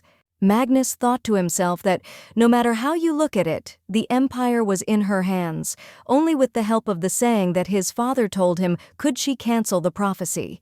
To do this, he needs to become the husband of this woman. He needs to get permission to use the ring. The next day, our heroine asked if she could really take care of the garden at her own discretion. The man said that she could just give him instructions, and he would do everything. He, Helbert, will follow the instructions of the ancestors, who were outstanding gardeners. Although the garden is now in poor condition, the garden that his ancestors tended was magnificent and beautiful, and his grandparents also built the current imperial garden. Gloriosa then asked what had happened to this garden that it was in such a deplorable state. The man replied that, to be honest, the plants began to die after the death of the previous owner. She was none other than the young master's own mother. The butler tried to save him, but no matter how much he cared for them, it was all useless, since the plants themselves rejected water and nutrients. The little girl seemed to begin to understand what was wrong, so she said she thought she could save him. All the plants around are weak and drooping, everything has dried up, and the bushes do not bear fruit. She would prefer to pull them out and grow new ones. The man asked if they could start by redividing the zones by type. The girl replied that she didn't want to divide into zones. It would feel like she was cutting the earth with a knife. She will create a beautiful garden that will match Yulisha. At first, she thought it was a complete mess, but that was just her arrogance. You just need to feed the soil a little. It's okay if they are not as beautiful as others. It's normal to grow next to flowers. They all must have loved their previous owner. That's why they must have been so sad. They missed her after she left. They must have not wanted to bloom and decorate this garden anymore after that. But please let them not fade. She wants them to ennoble this place again, so that they will again appear in the form in which we, the mistress, loved them. It was an amazing sight, but after her words, leaves and buds began to appear on the tree. Then the little girl heard the tree say that it was so bad, it was very lonely. Let it love them. The butler could not believe his eyes, but the plants began to absorb the water. The plants that seemed to no longer want to live began to bloom again. All this happened thanks to a miracle that this little lady created with her own hands. Suddenly, the little girl began to lose consciousness, and the tree quickly picked her up. The man became very scared and ran towards her. He thought to himself, how is this even possible? Is it really possible to love nature so much? Then he realized that the girl didn't feel sick. She just fell asleep, and in her sleep she was smiling widely. I wonder if anyone from Elvador knows about this lady's ability. Maybe that's why she was so careful. When the maid came out to meet him, the butler said that it seemed she had been overworked and had fallen asleep. He thought to himself that from today on, he didn't need any gardening tools. The garden itself would become better and better. First of all, he needed to tell the owner about today's work. After some time, when the baby came to, she noted that it was dark around. Did she really miss dinner? How could this happen? Because they cook so well in this estate. How could she sleep through it? Therefore, she decided to at least go get a drink of water, let everyone forgive her whom she might accidentally wake up. When she turned the corner, she saw a young man sleeping on the sofa and could not understand what he was doing there. After which she sat down next to him and muttered out loud that, frankly speaking, she missed him. Then I realized that it was probably unnecessary to talk about it here, so I decided to at least cover it up. Suddenly the young man grabbed our heroine by the hand and she screamed in surprise. Arvid greeted her and asked if she had slept well, since she had been resting for a long time. Sometime later, when the guy was sitting opposite her, our heroine sat and thought about when this had happened. She remembers bumping into him while he was sleeping on the couch and asking him what he was doing there. The young man said that he was waiting for her here to do something for her. Let her wait a little. Then a maid appeared with a basin of water, and after that he suddenly sat down to wash her feet. Gloriosa was very embarrassed, so she said that she could wash it herself, but the young man objected that he wanted to do it for her, such is the tradition. It is the husband's privilege to wash the feet of his hard-working wife before going to bed after a hard day's work, so no maid can wash her mistress's feet. The little one thought that no one really washed her feet. It turns out that it was because of marital tradition. When Arvid finished, he asked, "How about a snack like oatmeal or pudding?" The girl replied that it was almost morning, so she would just sleep and eat after she woke up. When asked if he was going to go back to his room, the guy replied that no, he was going to sleep on the couch. He wants to sleep. Feeling her presence, there is nothing strange about it, because this is his room. It dawned on the little girl that she had been living in his room all this time. No wonder it seemed too big to her. The guy said that he would soon prepare a suitable room for her. He called the best merchant, so they did not have time to do everything earlier. When he comes, she can choose and arrange the room as she wants, regardless of money, but the little one couldn't get out of her head that she had been sleeping in his bed all this time. When the young gentleman took her hand and asked if everything was okay, the girl blushed even more and flowers appeared around her. Gloriosa began to get nervous and asked them to disappear quickly, but nothing worked. The young man smiled and said that she was all blushing, as he thought the little girl looked like Venus. Sometime later, while working in the garden, our heroine thought about what these words meant. She went to the library because she was curious, but even looking at the photographs she didn't understand anything, but it was an amazingly beautiful planet. Perhaps Yulisha is a star family, that's why he called it a planet. Then she set about her work and began to hear the words of the plants that they would hold on and trust their lives to her. Baby said not to overdo it, she just wants to be with them a little longer. Luckily this time everything was fine, so she didn't faint. Suddenly the maids appeared, worriedly saying that they had been looking for her for a long time. Seeing that Gloriosa was all dirty, the maid grabbed her by the hand and said that there was no time to explain everything, after which she dragged her along, saying only that the merchant had arrived.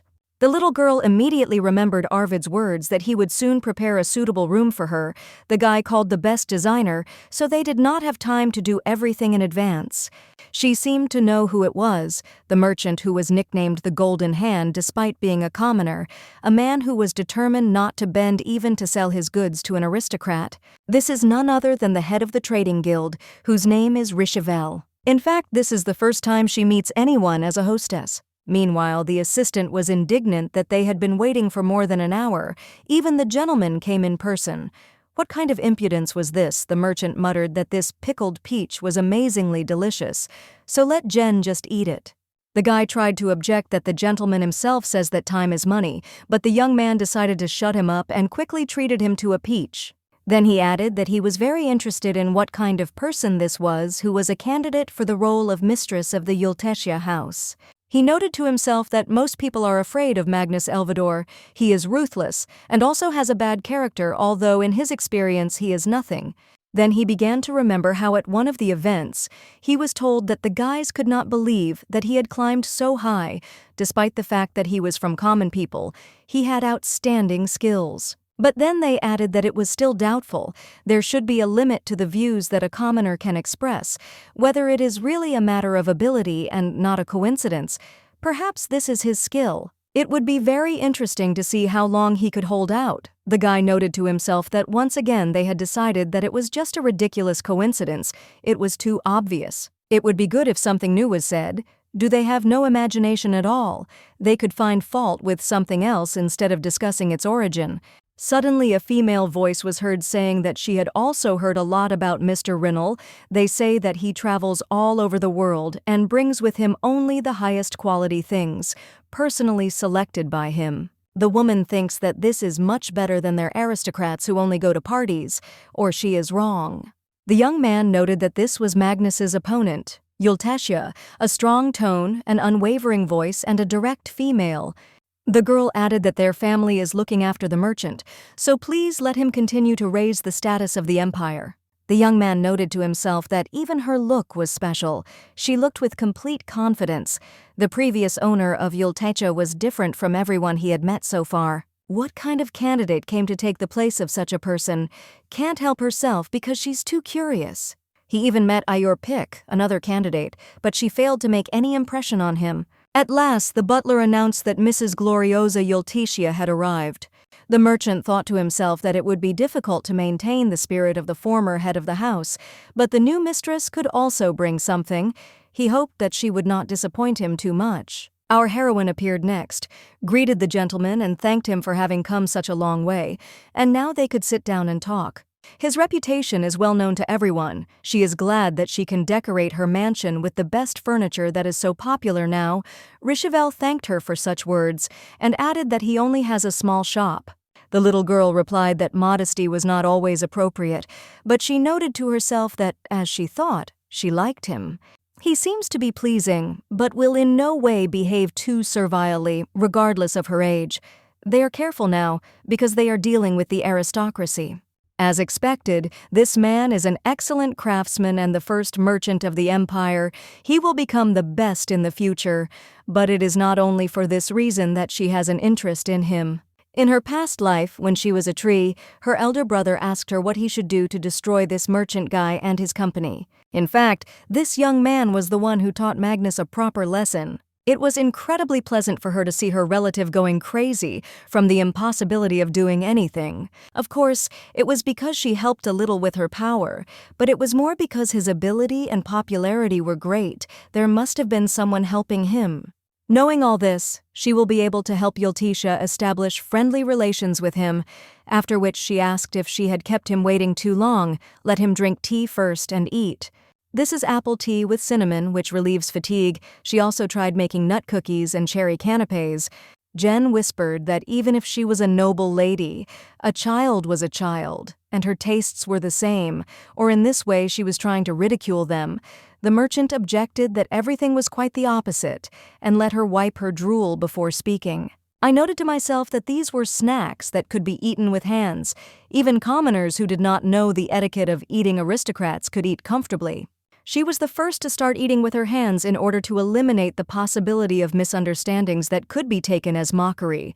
And considering that she is a child, everything looks natural and will not seem funny.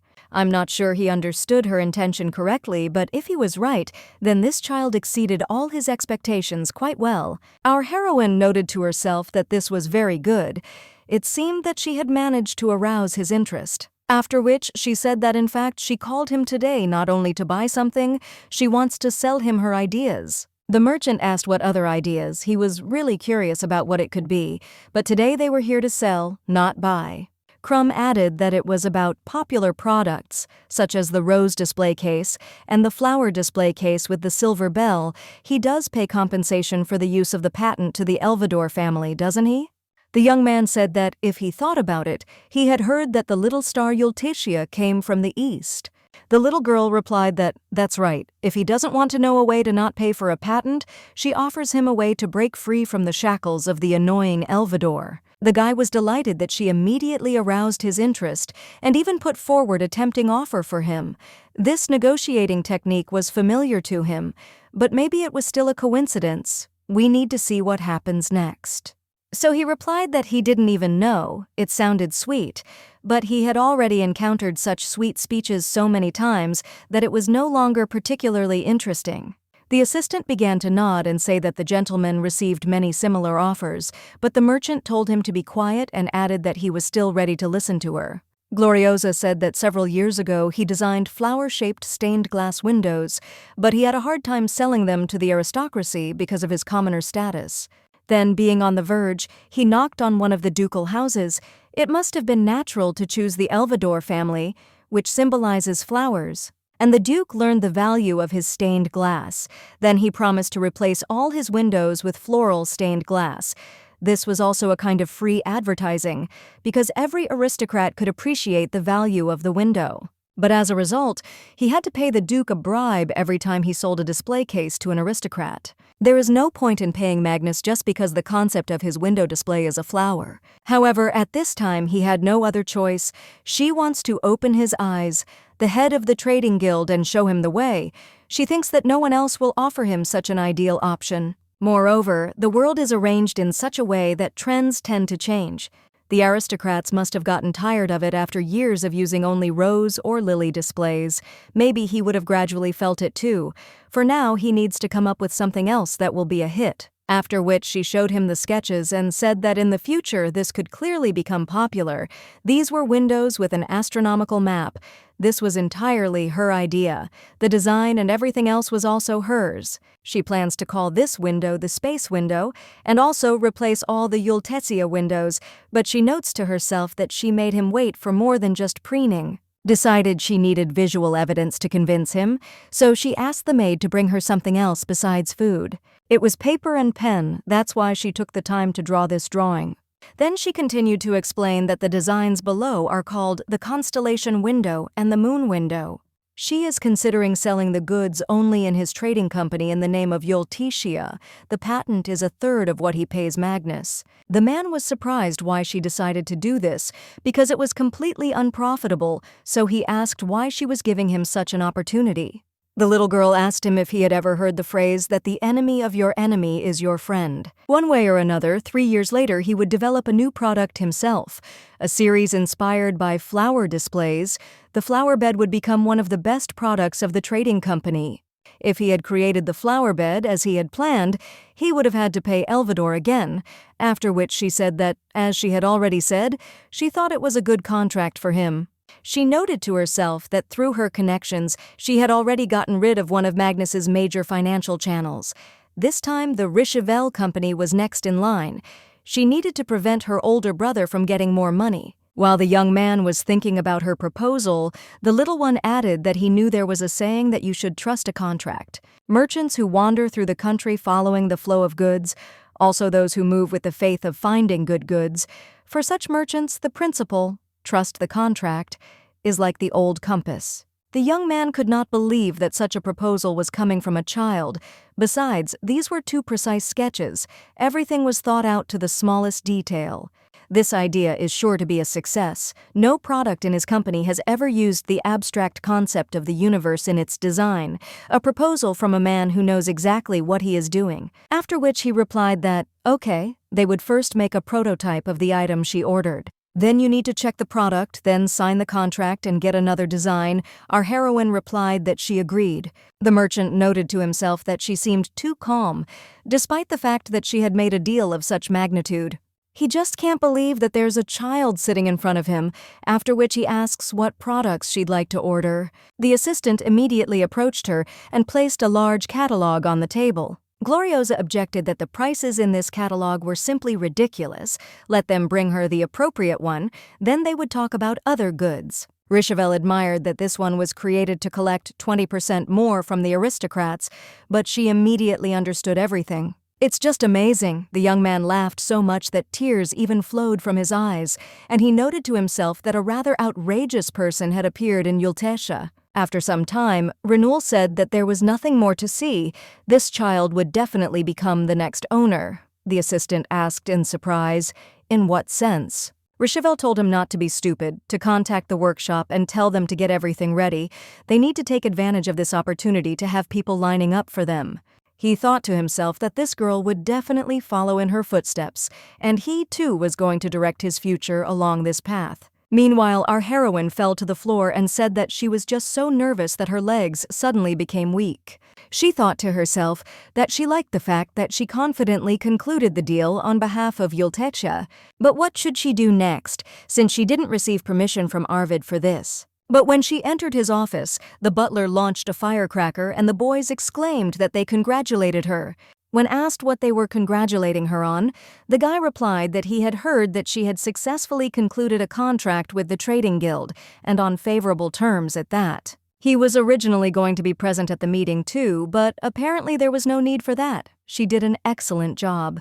The maid immediately put a congratulatory cap on her and said that now the celebration could begin. Another maid came next, brought a cake and congratulated her on her first contract, so she prepared her favorite dessert in her honor. Our heroine was at a loss, as their reaction was different from what she had imagined. Gloriosa thought she would get into trouble for doing this without permission. It makes her think she's some kind of war heroine. It's just furniture. Then Lem entered the room, who also congratulated her and said that he heard that she made a deal with the trade guild.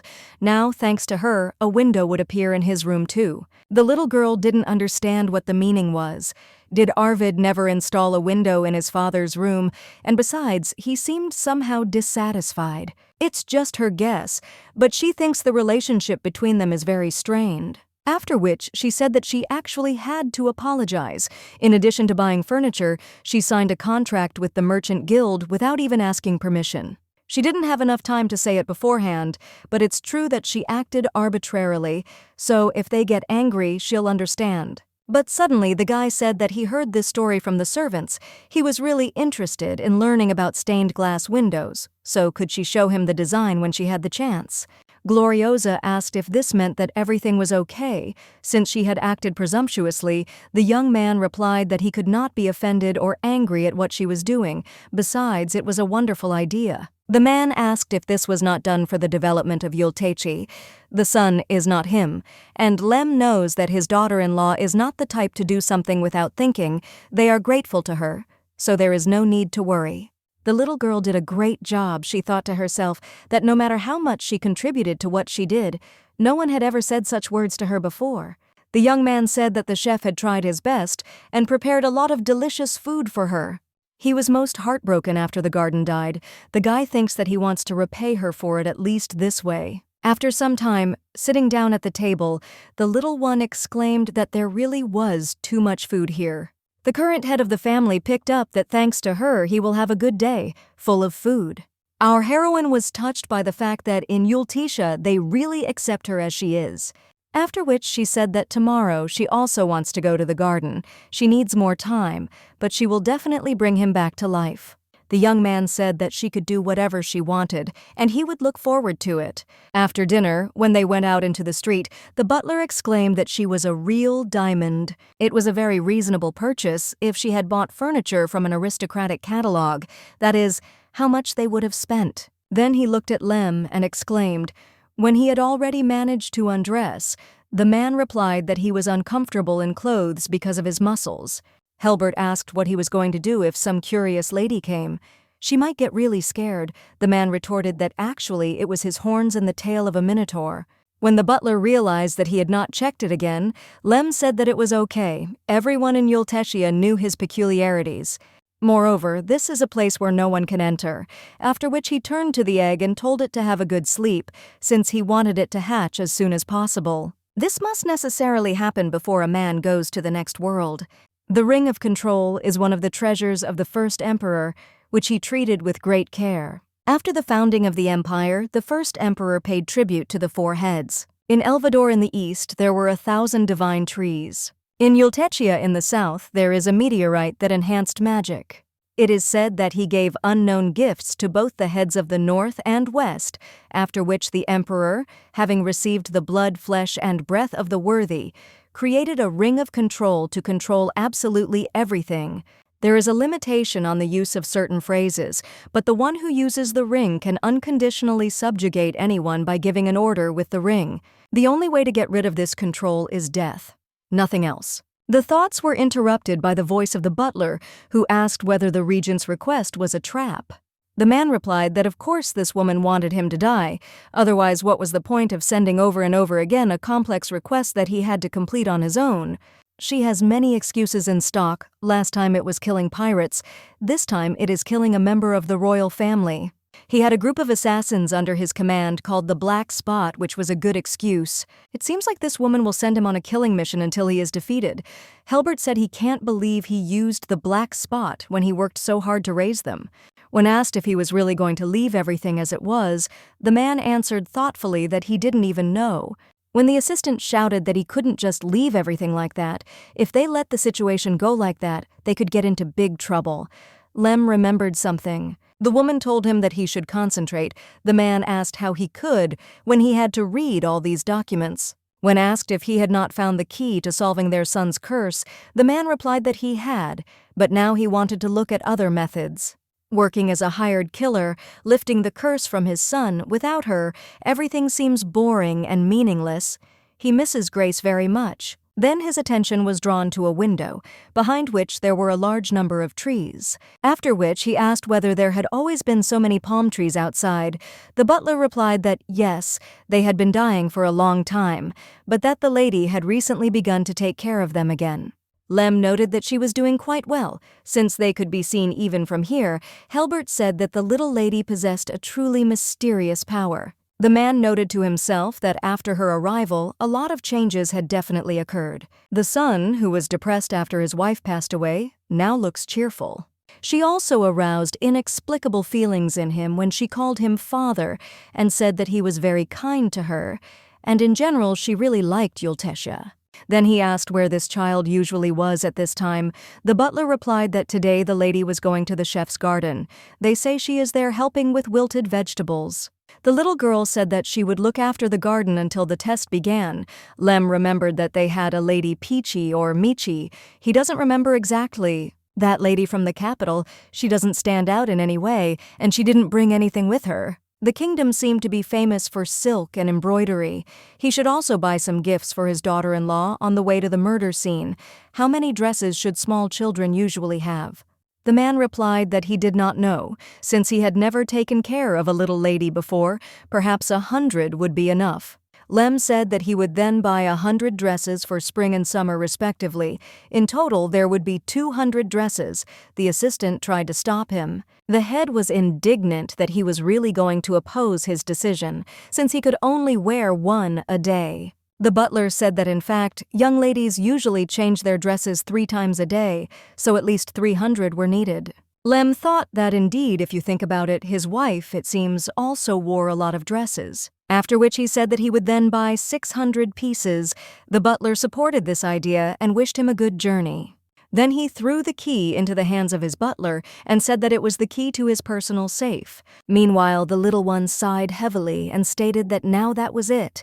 Mixing root crops when replanting was the same as cruel treatment. While the plants were thanking her and she was saying that if they grew well, the chef would be happy, a dragon appeared and ate one of them. Our heroine was taken aback by the surprise and could not understand where he had even come from. Suddenly Lem's voice was heard, saying that he had been told that she would be here, and he had indeed found her. The little girl asked in surprise what had brought him to this corner of the garden. The man replied that it was his property, so he could go wherever he wanted. Suddenly he said that she looked like pudding. Our heroine did not understand what this meant, whether he was hinting that she had gained weight. Then a dragon sat on her head, and the girl was indignant that it wasn't enough to eat a carrot from the garden, but he was going to eat her cheek. The man said his name was Nino and his species was a pterodactyl. Gloriosa noted to herself that this was the first time she had seen a pterodactyl in real life. She knew that in Yulisha they were used as carrier pigeons. But as expected, knowing the information and seeing it in person were 2 different things. After which she said that she thought they would look a little scarier, but when she saw him in person, she realized how cute he was, even though he mercilessly ate the carrot. The man said she better get used to them. She would soon have her own pterodactyl. He thought it would be a good idea to take this opportunity to show it to her in person, and told her to follow him. Then he suggested that they have a cup of tea and said that she really was eating well, and now let her try the green grape pie so that she would look even more like a pudding. When Okroshka said that the kitchen was quiet today, when did he manage to cook all this? Lem replied that he ordered everything from a famous bakery in the south. Sometimes it's worth trying what someone else cooked. After which he presented her with a black box containing an egg and said that it now belonged to her. Gloriosa admired how beautiful it was, and the hard shell looked exactly like the color of her hair. She will protect it and also treat it carefully. She really wants to meet it. The man noted that she had wonderful abilities, as he thought. This egg suited her very well. Now, he will tell her in detail how to use the pterodactyls correctly. Firstly, the pterosaur can imitate the voice of its owner. Now it will demonstrate this. After which, the dragon began to speak in his voice that he was meeting her for the first time. It was very nice to meet you. Welcome to his family. Lem continued that the smartest of them can copy anything, so it is quite useful. If he raises his pterodactyl well, he will be able to do the same. The little one asked how to raise him. When the man answered that she needed to be brought up well, the little girl said that she wanted to know what it meant to be well, and that he wouldn't help her at all. The head of the family replied that it had been a long time since he had seen a child speak like that in his presence, and when she grew up, they would definitely drink with her later. Suddenly, a white pterodactyl appeared, and the man said that his son does not even let him have peace with his bride. Then the being in Arvid's voice said that her room was ready. Would she like to come and see it now? The man noted that she now understands that he is trying to get rid of it by any means possible. The little girl came up to him, hugged him, and said she thought it was time for her to go. Thank you very much for today. She will also definitely make a nice gift for him, because she is going to make the garden the way it was before, and now she has to go. Lem stated that 1 egg would not be enough in exchange for saving the garden and his wife. Because of this child, he absolutely did not want to leave. When our heroine found the guy, she couldn't understand what was happening to him. He looked very unhappy. But why? The young man said that in addition to what she ordered, the head of the trading guild sent her a separate gift. Now she will see everything. The girl didn't understand what to do now. He must be jealous of the time she spent with his father. Arvid behaves very childishly at such moments. Then he stopped near one of the doors and said that her room was there. The little one immediately noted that it was next to his bedroom. This embarrassed her a little, but she said that the young man should look at the room with her, after which she used her abilities and illuminated everything around with flowers for him. Gloriosa admired how beautiful it was there. There was also a flower bed, but she thought it would take a long time, but they prepared everything so quickly. There was also a card with a message on it. In it, the merchant reported that they had sent her a sample of a new bed. He hoped that she would forgive him for this rudeness. He would dare to ask her for a favor. The guy would like her to give the name of this bed herself. The little girl said that he wanted her to come up with a name for the product before they sold anything from her ideas. The guy noted that the guild leader clearly trusted her. Then the little one finished reading that he was eagerly awaiting an answer from the only small star in the constellation Yulisha. The baby was very surprised because he knows that in Yulisha there are 2 little stars who will pass the exam for the place of the hostess. The young man said that it was just wonderful because she had the support of the head of the trade guild. The girl replied that this was not the main thing now. We needed to come up with some name. This bed is a product that will be a hot seller in the guild again, so the name is very important. Then the name came to her mind. Flower Fairy. She is going to make another format, calling that bed Flower Fairy, and this bed is beautiful, even too beautiful. First the lily and the gloriosa. The idea is to use the 2 flowers in a contrasting combination, and then the anturia between them. She thinks it would be nice to finish the composition by placing a peony in the corner, decorating it with poppy flowers to make it look more passionate and grandiose. Then she asked if there was a flower farm nearby, and she needed to make a bouquet of what she wanted to send them. The guy said she could just give the list to the butler. The little girl decided that she also needed to redraw the drawing and attach it to the bouquet. Where is her feather? Also, the name for the new type of bed is already ready. It will be called The Splendor of Flowers. The young man wondered how she could smile so radiantly in front of him. He exchanged magic for a curse. This curse is very strong, so that no one can be kind to him. The girl comes to him naturally, as if not noticing it, adding warmth to this quiet place. Who else can be called a candidate for family members if not her? Only Gloriosa is the mistress of this family, which the young man wants to serve, the only little star of Yulisha.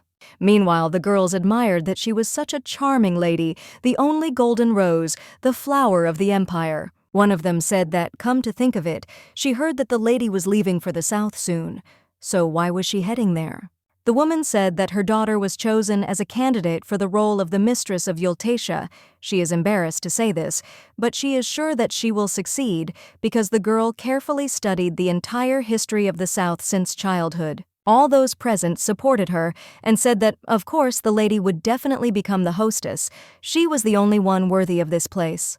Your pick. The daughter of the Marquis and the niece of the current regent, a charming daughter of an important aristocratic family. Her life was as beautiful as her face. Wherever she went, she was accompanied by a knight.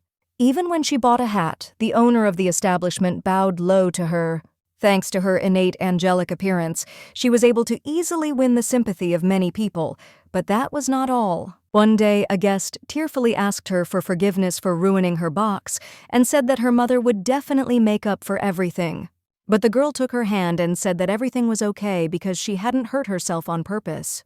Suddenly, one of those present said that there were rumors that Lord Yulisha was already married. As they know, her husband is at the royal palace. He overheard the conversation between the Minister of the Interior and the Chancellor. Ayur noted to herself that if high-ranking officials were talking about this, then it meant that the rumors were not false. So what should she do now? The young man who is to become her husband cannot be so dissolute, since she has behaved chastely until now. Suddenly, the woman stood up and said that today's tea party was over. She had a nice time. After a while, the little girl was crying on her lap and saying that it seemed she had lost. Mother asked her for forgiveness and said that she did not know that Lord Yulisha would take a mistress. The baby exclaimed that, in addition to everything, his fiancée is the younger sister of the head of the Elvador family. What to do if she is a candidate for the post of head of the family? She earns points in advance. This is cheating. She noted to herself that she would not tolerate her life being a failure because of this, because she was a candidate for the role of head of the family. So why did Lord Yulisha make such a choice? Then it dawned on her that the unfortunate lord had lost his mother and was therefore wandering as he had not yet met Ayur. Therefore, she must go south and meet him. The woman muttered that it was quite possible tomorrow she would ask the regent about it. After some time, the butler stated that she had ordered flowers from a flower company to make a basket. The girl replied that, yes, they had bought a lot, so she would give some to the others too. After which she asked where the attending physician's room was. The man answered that it was located in Istvan, but why did she suddenly need a doctor? Gloriosa explained that she received a lot of help from him, so she will give him a basket of flowers. Helbert muttered that someone was lucky. This snake would receive a gift before him.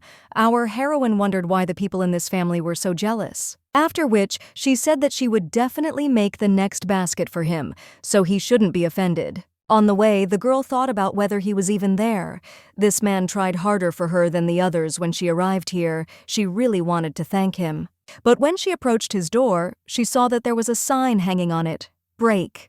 But suddenly the doors swung open, and the man said that it was not for nothing that he heard the sounds of footsteps that sounded like squirrels. After which the doctor stated that he knew it was her, that something had happened, that she was unwell or something like that. Our heroine said that it was not about that. She came to express gratitude for all this time. Here is a gift, a basket of flowers and chamomile tea. Nix replied that he couldn't just pass by this, let her pass by. She'll like it as soon as she looks at it. Then he handed her a small box and said that it was a gift from him, only it was a secret that he gave it to her. Then the man explained that this was his secret box of sweets. If you put them in your mouth and wash them down with tea, it will be very sweet. This is an old tradition of the South, candies with the taste of salt without any special smell. They also add nabat, made from fruit juice and honey, very tasty with tea. After which he made her some tea and said that first she should try biting into one candy and then take a sip. When the little girl did everything as he said, she was a little surprised, although sweet, but a little bitter. The man reported that the alarm is also eaten in this way. After being immersed in water, it is stirred and eaten. The sweet taste of the alarm can be added to aromatic tea and drunk. Gloriosa couldn't stop wondering how tea with candies would taste so good.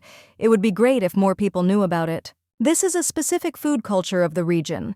The cultures of the East and South are very different. If different people get to know each other, it will be fun. The doctor wondered why she was so smart at such a young age. But the girl thought to herself that if she had the chance, she should try to create a suitable candy with a distinct aroma for every tea. Suddenly the man asked her if she had met the butler on the way, and if she had said that she was going to give him a gift. When our heroine answered that she had met him, Nix came to the conclusion that this jealous man was clearly very offended. It was worth watching, so he would go and tease him a little later. After which he added that he wanted to tell her something interesting, that many special creatures live in Yulisha, and finding them would be another joy of this place. The little girl exclaimed that it was very curious. Could he tell her more about it? But the doctor objected that then it would not be fun. After some time, the little girl complained to her fiancé that it was mean of the doctor not to continue telling her everything since she was interested.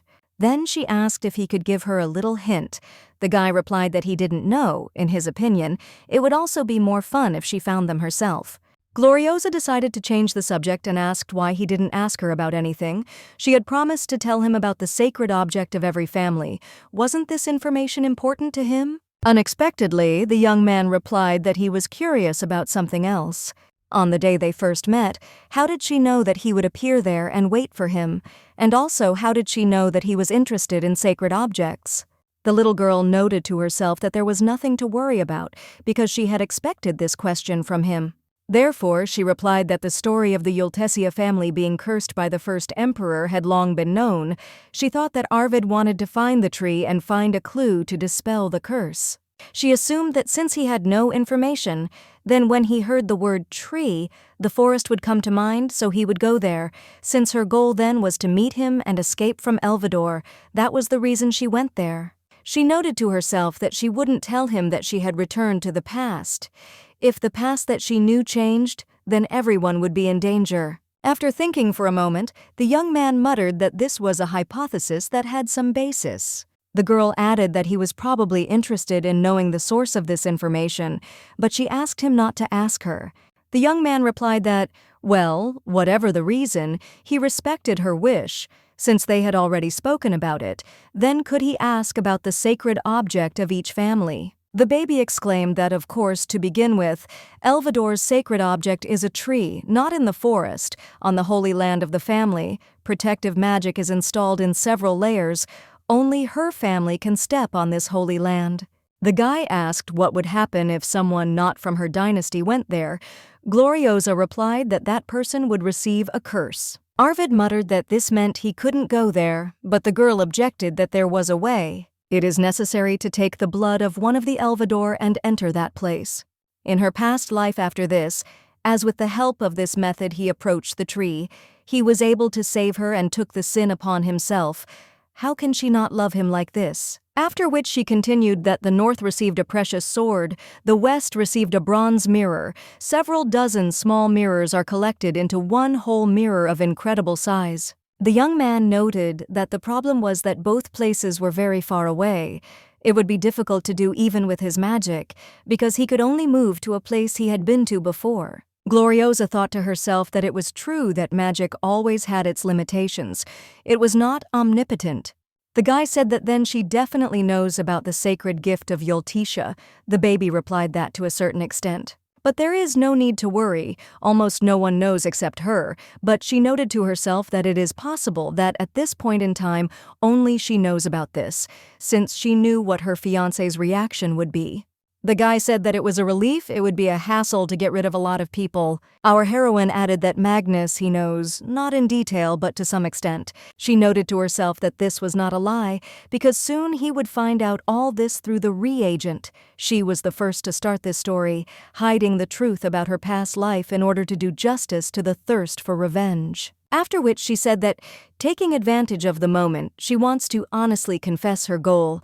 The girl plans to pay off those who tortured her. When asked if it was Magnus, our heroine replied that no, it was the entire Elvador genus. She thought to herself that Magnus would become a threat to Yulisha in the future, so it would be right if she, having become the head of the family, combined her personal revenge and dealt him a blow. She didn't know if Arvid would like her after that, but suddenly the young man smiled and asked her to make her face simpler and said that such a frightening expression didn't suit her. The guy will follow her no matter what goal she chooses, so he doesn't have to worry. The little girl was at a loss at first, but then thanked him wholeheartedly and said that she was curious about something too. Arvid replied that she could ask about anything. Our heroine added that this is about becoming the head of the family, how the test was carried out before, under the previous head of the family. The young man replied that 3 tests had been arranged for his mother and her rival, Catherine MacDowell. The most difficult of them was the last one, to save a starving village with 3 fish and 5 loaves of bread. The little one exclaimed, "I mean, how can you save the starving people with so much food?" The guy replied that Catherine used illusion magic while people were getting food from other places. She paralyzed their minds and made them lose their hunger. Gloriosa muttered that this was a deception. If you hide something like this, then people still won't be full. The groom replied that yes, she was just pretending that it was hard for her to look at the starving people. The girl was also a kind person in everyday life, but it was difficult to take the right measures in a critical situation. When asked what the previous head of the family had done, the young man said that his mother had found a coffin for the child that same day. Then she put all the food in this coffin and gathered the aristocrats. After which she knelt before him and began to pray silently, without any calls. The girl said that the dining table in this place is full of food, and the children outside are dying of hunger. She is sad and grieves for them. After this, Mother herself lay down in the coffin and, closing her eyes, lay quietly. According to Father, she looked like an angel who had descended from heaven. The amount raised for charity that day was the highest ever, and after that, Mom was called a saint, although she didn't like it. Gloriosa admired to herself that Grace was quite a creative person. The lady's act was nothing less than art. When asked what was left of that village, the young man answered that now it was a huge flower farm. With the money left over after buying food, his mother built a greenhouse there. The patron spirit's request for salvation included the future of this village.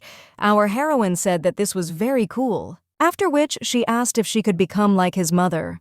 She thought to herself that the determination to kneel before others regardless of status, and even the insight to see the future, the nobility that evokes emotions and touches the souls of others, could she be the same? Unexpectedly, the young man supported her and said that she would become a wonderful head of the family in the way that suits her. The little one thanked him and said that she hoped that her rival was also a wonderful person, so that this would be a pleasant experience, and she noted to herself that the feeling when he touched her hand that day remained for a long time. Meanwhile, Ayur happily showed some toy and said that she received it as a gift. Is there anything like that in the south? Leold von Galaxios, the young emperor, said that he did not know, because there were many merchants living in the south. The girl replied that even if not, everything was fine. She could invite them. If she did, everyone would come running from the capital. The young man looked out the window and thought that they were finally going to that very place, Yulisha, the source of his sin. Their thoughts were interrupted by the voice of a subordinate who looked into their carriage and said that they were ready to leave. The young man noted to himself that Sershan was one of the few masters of the sword of the empire. If he were a genius, then the regent would have kept him with her, but who would have known that he would be given to Ayur? However, it was not only this. The woman gave him a ring and said that if the girl wanted anything, she would fulfill her wish using this ring. It can do anything, and it knows better than anyone that with this ring everything is possible. Who knows what Her Majesty the Regent is thinking? In any case, it doesn't matter. He wants only one thing, and that is grace. Finally, the young man will be able to sit Yulisha, which the girl loved so much. A little later, our heroine watched from the window as the servants bustled about and talked about the need to decorate everything and also tidy up the inside of the rooms. She thought about everyone working so hard, looking inspired because of the upcoming welcoming ceremony for the candidates for the post of head of the house. Richevel suddenly appeared and said that it was really impressive. You couldn't even tell that it was the mansion he saw last time. The girl noted that it had become a little more beautiful. The young man replied that, yes, he had not thought that a garden in this place could blossom so much. Why did the maid bring him tea and the little girl tell him to try the sweets that she had prepared personally? Gloriosa explained that these candies have flowers added to them, and in the form of a stick, they can be stirred into tea. It will slowly melt, and when you drink it all, flowers will remain at the bottom of the mug. The merchant noted that it was very poetic and inventive. Flowers would bloom in the tea drunk. Taking a sip, the young man exclaimed that it was much more wonderful than he had imagined. The bitter tea and sweet fruit juice went well together. Gloriosa reported that she tried adding fresh flowers to a southern dessert called nabat. Richevel noted that he had heard of it, but tried it for the first time. Excellent harmony with flowers. The girl said that in that case, let her try again and ordered the maid to bring more, please. These were the desserts she explored and changed during this time: violet candies, lily-shaped marshmallows, rose-shaped caramels, and chocolates containing fruit juice. There is also lemon powder. You can poke your finger into it and eat it while you eat a candy or alarm. After trying a little, the guy grimaced that it was very sour. The little girl laughed and said that it was not for adults, but for children. It was so that they could get used to flower candies from childhood. The man stated that at this rate it would be possible to open a business, and our heroine replied that she had already thought about it. She noted to herself that in order to stop the evil deeds of her older brother and snatch the charity business from him, there is something she must do first and foremost, and that is capital. After which she said that by putting these desserts into large-scale production, she would open a flower-themed candy store and sell them cheaply so that everyone could buy flower candies. However, she will make an expensive gift set of chocolates in the shape of a rose, and in each chocolate she will use a different fruit juice. The young man exclaimed that he understood perfectly what she was talking about. Then we could move on to discussing the agreement. She showed it to him because she wants to use the guild's distribution network, right? The little girl replied that it was true, but not only for that reason. She is going to build a workshop in the poorest village under Yulisha and create jobs. He can take half of the share and do this business. Therefore, he wants to ask whether he will take up this enterprise with her with equal shares, as a colleague. The young man noted that she was always worthy of praise. Our heroine did not argue and added that this was her advantage. Also, let the guy find out about the site for building a school dormitory. She is going to teach orphans and children who are bullied. She will make it so that they can work anywhere after graduating from school. The merchant asked why she decided to do this, whether it was out of aristocratic sympathy. Gloriosa replied that not at all. She is not free enough to sympathize with others. Her goal is revenge. She noted to herself that by extending a helping hand to them, she would select the geniuses she needed for revenge and make them her puppets. Let the elder brother watch. This is her way of managing power. She will not treat them like slaves, but will personally raise them. No matter what happens, the girl will become their protection, so that they will always be on her side. After which she added that, for starters, that was all you needed to know. She wouldn't act like the false aristocrat he despised so much. Retribution replied that he did not know what she had planned, but he trusted his fate to the little star, and therefore he would follow her order. The little girl thanked him and noted to herself that she had most likely already acquired a reliable ally. Meanwhile, Arvid was thinking that the time would soon come for the meeting between Gloriosa and Retribution to end. Then the young man suddenly began to choke with a coughing fit, and he only had time to think about how tired he was of this curse. Hearing the doors start to open, the guy decided it was the maid and asked her to bring him some water, but it turned out to be our heroine who asked what happened. The guy objected that it was nothing special. Since she had come, he should warn her, so that the others could come later. The little girl said that if he suddenly needed something, he should definitely say so. Seeing a pile of documents on his desk, the little one asked if maybe she should grow flowers every day, but Arvid said that it was okay. It was dangerous to get used to the fact that the eyes began to see. It is enough, as now, to cover once a week, at most 3 times a week. But he noted to himself that he does not want Ryozi to discover this blood from coughing. What to do? Therefore, I decided that I needed to distract her somehow, after which I stated that she was not properly acquainted with Vera. It turned out that this was the name of his little snow-white pterodactyl.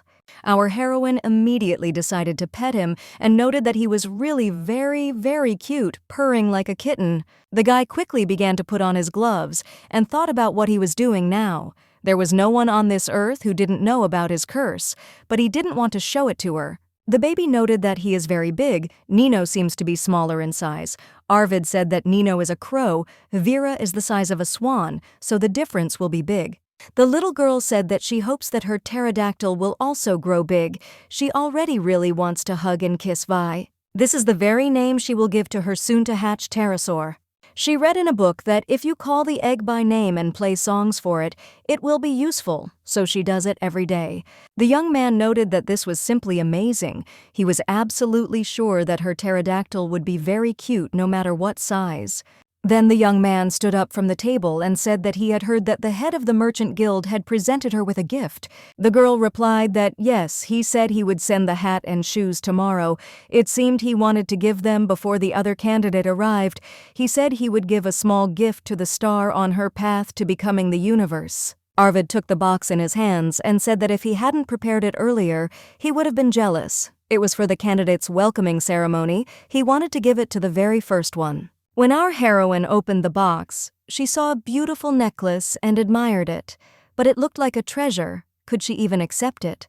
The young man noted to himself that this necklace was 5,000 years old, of course.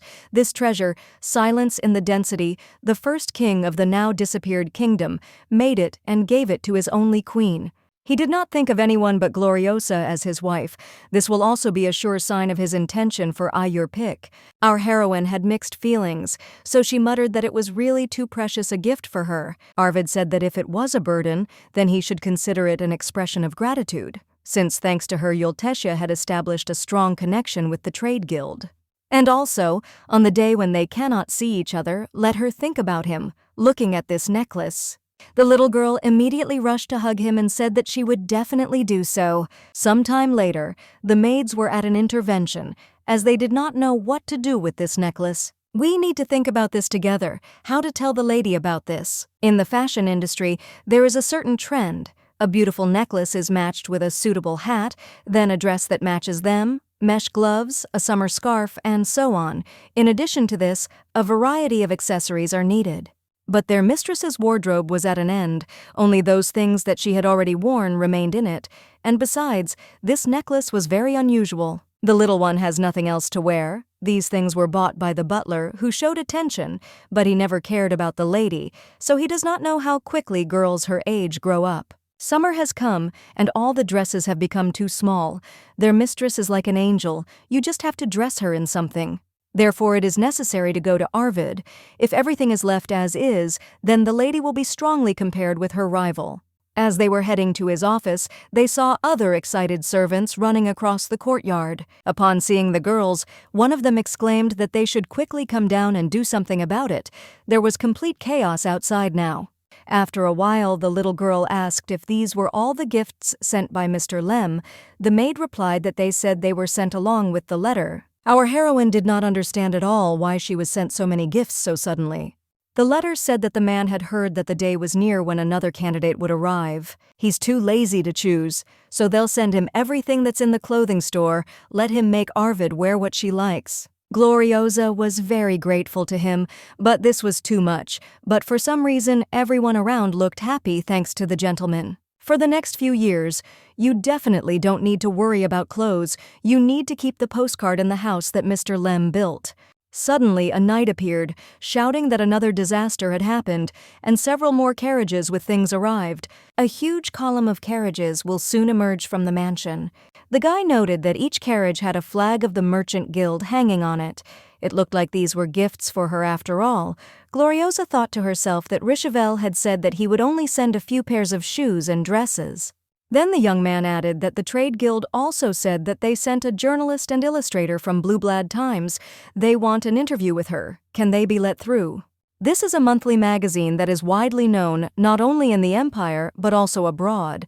With this interview, Richevel was going to announce and advertise the news that it had merged with Yulisha. In that case, she just had to take this chance, after which she said that they should all be let inside. Also, let them prepare luxurious and elegant snacks for the journalists. I thought to myself that tomorrow, on the cover of this magazine, people will see who is the candidate for the post of the next head of the Yulisha family. A little later, the journalist thought that, thanks to her insight, which she had developed as the illegitimate child of ruined aristocrats, she now had a premonition of something special. The maid warned that the mistress was a lady from the Elvador family, so they should mind their manners. Fanny was fully confident that the article she would write here would be simply an incredible report. When she entered the room, she bowed and thanked Gloriosa for agreeing to an interview today. Our heroine replied that there was no need to introduce herself so diligently. Her name is Gloriosa Yulisha, and what are their names? The girl admired that she had such incredible beauty, as if she came from another world. Her name is Fanny, and Wilson arrived with her. The little one noted that they were probably hungry, so let them eat the prepared snacks. Fanny thought to herself that there was a power in her strong gaze that attracted people. Her skin was so white and pure that you couldn't even see her pores. It was just crazy that if Wilson couldn't convey her beauty, it would be murder. After which she said that it was time to start the interview. The first question, if you need to choose what she likes most in the Yulisha family, what would it be? The little one answered that people and the surrounding nature. The girl continued that at such a young age, she had arrived in such a distant place. Did she have any fear of the upcoming test? Gloriosa answered that not at all. The journalist noted to herself that even through the interview she understood her nobility. She had interviewed many aristocrats, but no one could compare with her in beauty, and for the first time she felt that she was not treating them rudely. This is not just a special report, it will help her career in the future. Thanks to Richevel for sending her to this place, she wants to tell the world about this person as soon as possible. Meanwhile, the gentleman received a notification that the arrival of a candidate for the post of head of the family is expected tomorrow. In addition, together with Lady Ayurpik, another person will arrive, namely His Majesty Leold von Galaxios. It is necessary to prepare carefully. The young man immediately began to burst with anger because of this information. How dare he come here at all? Sometime later, Gloriosa said that I would finally have the second candidate arriving today. When asked if she was worried, the girl answered that, on the contrary, she wanted everything to start as quickly as possible. The guy reported that something unexpected had happened. He didn't understand why he had slipped in here, but he was informed that the young emperor would be coming with her. This man is called the Golden Deer, seen in the dream. She only knows that this year he turned 16 years old, and also that his golden hair and eyes, full of superiority, are dearly loved by all the citizens of the empire. But the girl did not hear what happened between Arvid and the young man. Then she asked if everything was okay. His expression looked gloomy, if he had any problems with the emperor. The young man reported that the last trace of his mother, the place she visited before her death, was the imperial palace. Of course, the guy doesn't think that the emperor killed her, because he is a weak-willed person, but he is sure that someone from the imperial family was definitely involved in her death. The excuse that it was a natural death is simply absurd. Gloriosa asked if she could hear a little more about that very day. The young woman began to tell that it was then the day of obedience, the day when one kneels before the master and pays for the use of a divine object, but her mother did not go to the regent that day, but went to the emperor's dominions. Why she went to the place that caused her death, he does not know, but does he know that in that palace the body of his mother was found, lying as if she had fallen asleep? When asked where the emperor himself was at that time, the young man replied that, according to him, he was at a lesson. The imperial family does not give any more answers. The little one said that then it is wonderful news that the emperor is coming here. This is the territory of Yulisha, not the imperial palace. This is their place. They have a great opportunity to corner him and then ask him what exactly happened that very day. The young man smiled and replied that this time too she was showing him the right way. And now it's time to meet the guests, who they are not at all happy about. When Leold went outside, he noted that the sun's rays in Yulisha were quite scorching. When he saw Mr. Arvid, he said that they had not seen each other for a long time, and had almost forgotten his face. He wanted to visit this place so much that the former emperor said he missed it every time he told him about Yulisha. The guy retorted that he would tell his innermost thoughts later, because he needed to meet another guest. Then Ayurpik appeared from the carriage, and Arvid greeted her. Suddenly, at a short distance from the gentleman, a shoe fell and flew off her foot. The girl exclaimed that she had asked the maid to pull out new shoes, as she wanted to go down in them, but one had fallen. Would he help her? The young man understood perfectly well what she had in mind, so he began to walk in her direction, and as if by accident, stepped on a shoe. Leold laughed and said that it seemed that the lord was confused at their first meeting, as she was too active. This is all very sweet, but for today this is enough. After all, this is their first meeting. He will let her go, so let her calm down. The young man noted to himself that he knew that the fact that she wasn't wearing shoes was a complete lie. Ayur wanted to see him put the shoe on her as a sign that the head of the family bowed before her. However, something else is much more annoying than her impudent actions: the fact that the emperor is overprotective of her. He acted in such a way that in this situation the girl would be disgraced, but due to the intervention of the emperor, the situation was resolved. Although he is called the Empty Emperor, it is quite unusual for an ordinary lady to call him by his name so calmly. Then Leold said that he was dying of hunger. Could he eat something simple before the banquet? The young man replied that yes, he would inform the butler about this, and they would see each other in the evening. He noted to himself that the emperor would definitely become a hindrance to him, and very soon he would meet Gloriosa. I really want to send him to the next world so that he becomes a ghost, but I need to control myself. Otherwise, due to the influence of ghosts, all the plants will dry up. The girl who diligently took care of the garden will be sad. There is nothing left to do but find another way, and today is only the first day. He is so curious how terrifying everything will be next. A little later, the vassals of the third generation of the Yulisha family admired that this mansion had become more luxurious than during the time of the previous head of the family. Count Oven, the head of the merchant guild, noted that it looked like they had spent a lot of money to have decorated everything inside with so many flowers. Count Dalvini, head of the Association of Artists, exclaimed that everything around was excellent, this sense of color, the red flowers decorating each column. Isn't this art? Count Riccardi only muttered sullenly that everything was really beautiful. The man noted that, by the way, they say that the atmosphere of the two candidates is completely different. One resembles a firebird and has the commanding gaze of an adult. Another possesses innate charm and insight, and from an early age single-handedly occupied a high place in secular society. He thought to himself that he was, of course, interested in the one who had come up with a good product for business, for the head of the Richeville Trading Guild, namely Mrs. Gloriosa, since he was also the head of the guild. Then they heard the ladies' discussions that the Lord was also a wonderful man. It was unknown who would become the head of the family, and he had already married. Lady Ayur Pick was defeated. But she has the emperor behind her. If you think about the capital's connections in high society, then she has more support than the other candidate. She heard that Lady Gloriosa was expelled from the Elvador family. The artist noted that everyone has such different opinions, as Brucardi generally believes. The man replied that in their situation, one could only wish for one thing, that whoever won, no one would surpass the previous chapter. But he wished that the new one, at least, would not harm her legacy. Suddenly, everyone is asked for a moment of attention as candidates for the role of head of the family enter the hall. From this moment, the banquet is declared open. A few hours ago, our heroine was thinking about how she had seen everything perfectly from the window, namely Arvid's first meeting with the two guests and the actions of the emperor. The little girl has already managed to draw her own conclusion, and Ayur Pick is not only not kind, but also correspondingly greedy for the position of head of the family. Although the rival said that she was very glad that they met before the banquet, she is not as simple as she seems at first glance. Meanwhile, the second candidate called her maid named Na and said, "Come closer." Our heroine was very surprised that this could really be the same famous villainess who would become the emperor's beloved in the future. It turns out that before all this, she was Ayur's servant.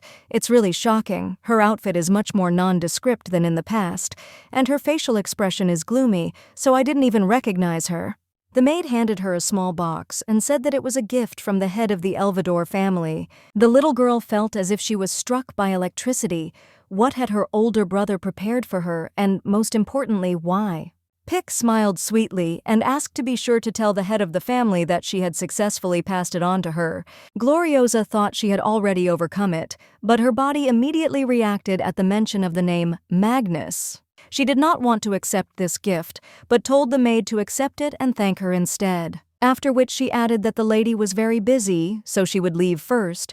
Ayur shouted after her that she was very cold. The second candidate had given her the gift with such difficulty, and she wouldn't even say anything. Then she ran up to her, hugged her, and said that it was okay. No matter how cold a person was, if Ayur came up to him, his heart would open. She would change her unkind nature. The little one noted to herself that she was behaving as if the problem was in her, as if she was trying to re-educate her. Perhaps that was how she had lived until now. After which she turned around and said that if insult is her moral principle as a beauty, then artists will never stop painting her. When Pick asked her what she meant, Gloriosa replied that it was sad that she could not understand the meaning of her words, but she wished that in the future she would not have to meet guests from the kingdom of Ganhill.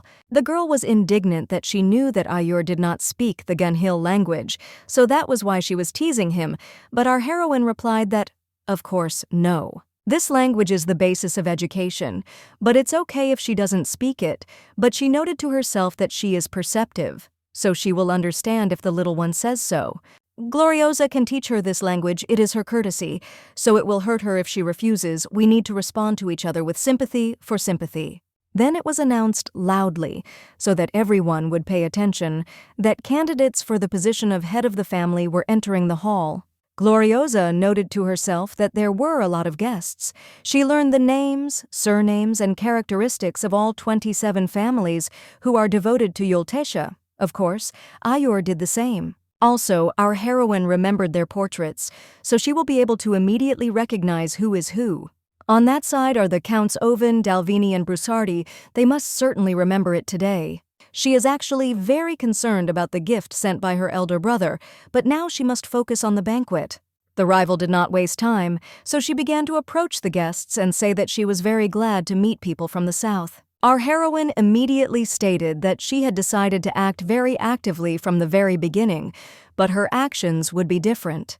2 more people have not arrived to the banquet, so it is not the time to start friendly conversations with strangers. It was immediately announced that a replacement for the post of head of the Yulisha family would now appear, namely Arvid. Our heroine was very surprised that the young man appeared without a blindfold.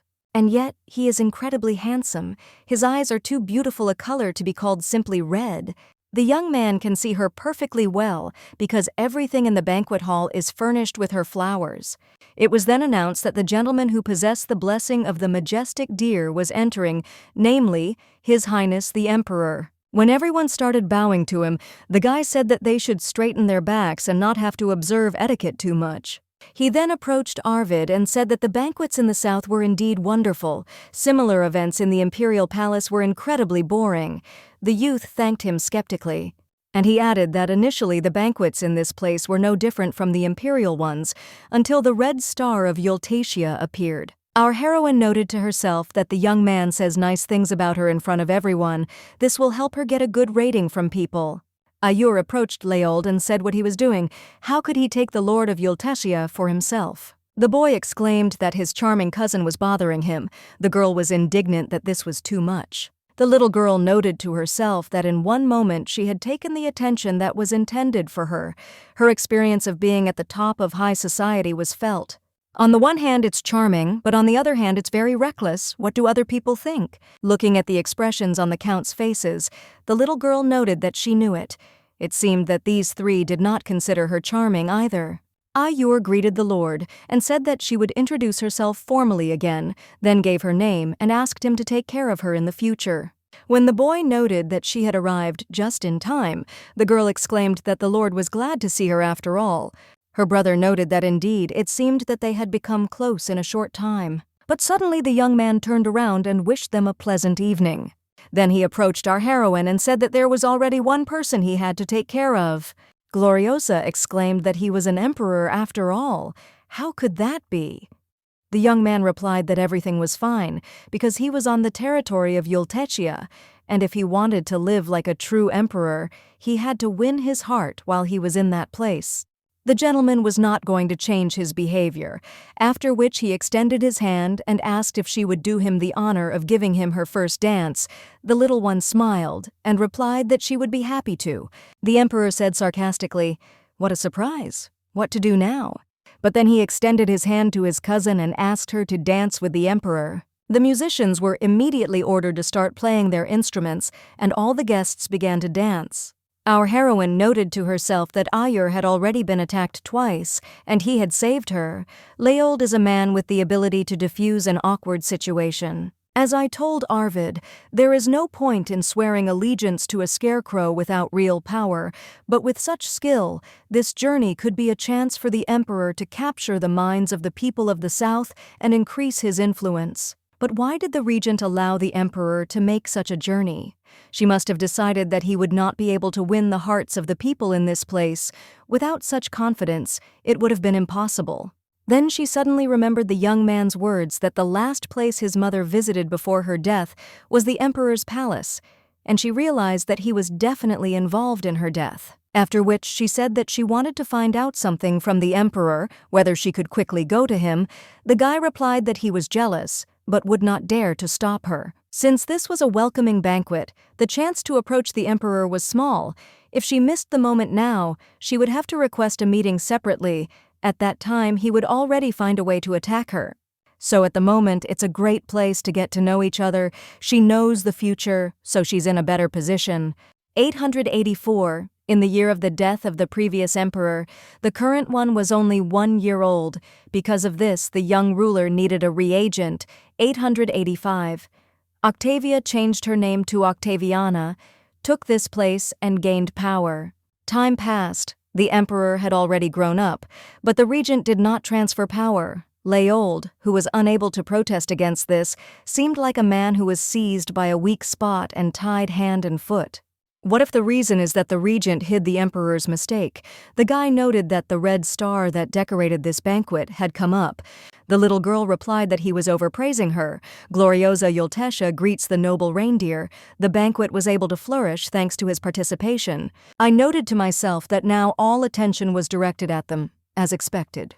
Of course, since this is the first meeting between the emperor and the candidate for the post of head of the family from the southern side, it cannot but be a fascinating spectacle for them. The young man asked her if she knew what was needed for an interesting first meeting. I wonder if they can become a couple today or not. We need to find out. Our heroine asked how it was possible to become lovers so easily in an instant. The young man replied that this is how they behave in the capital. Gloriosa objected that it seemed that there were not yet sufficient friendly relations between them for such a thing.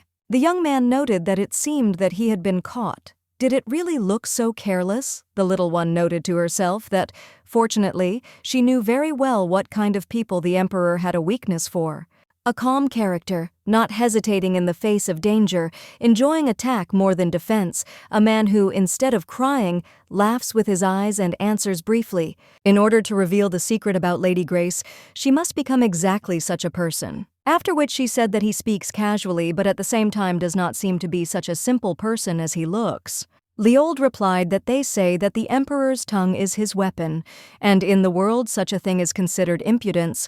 The girl objected that he enjoys it. The guy can't punish our heroine and lose such fun. 7 years later, the emperor will bring a changed Na as his lover and will stand by her side at official celebrations.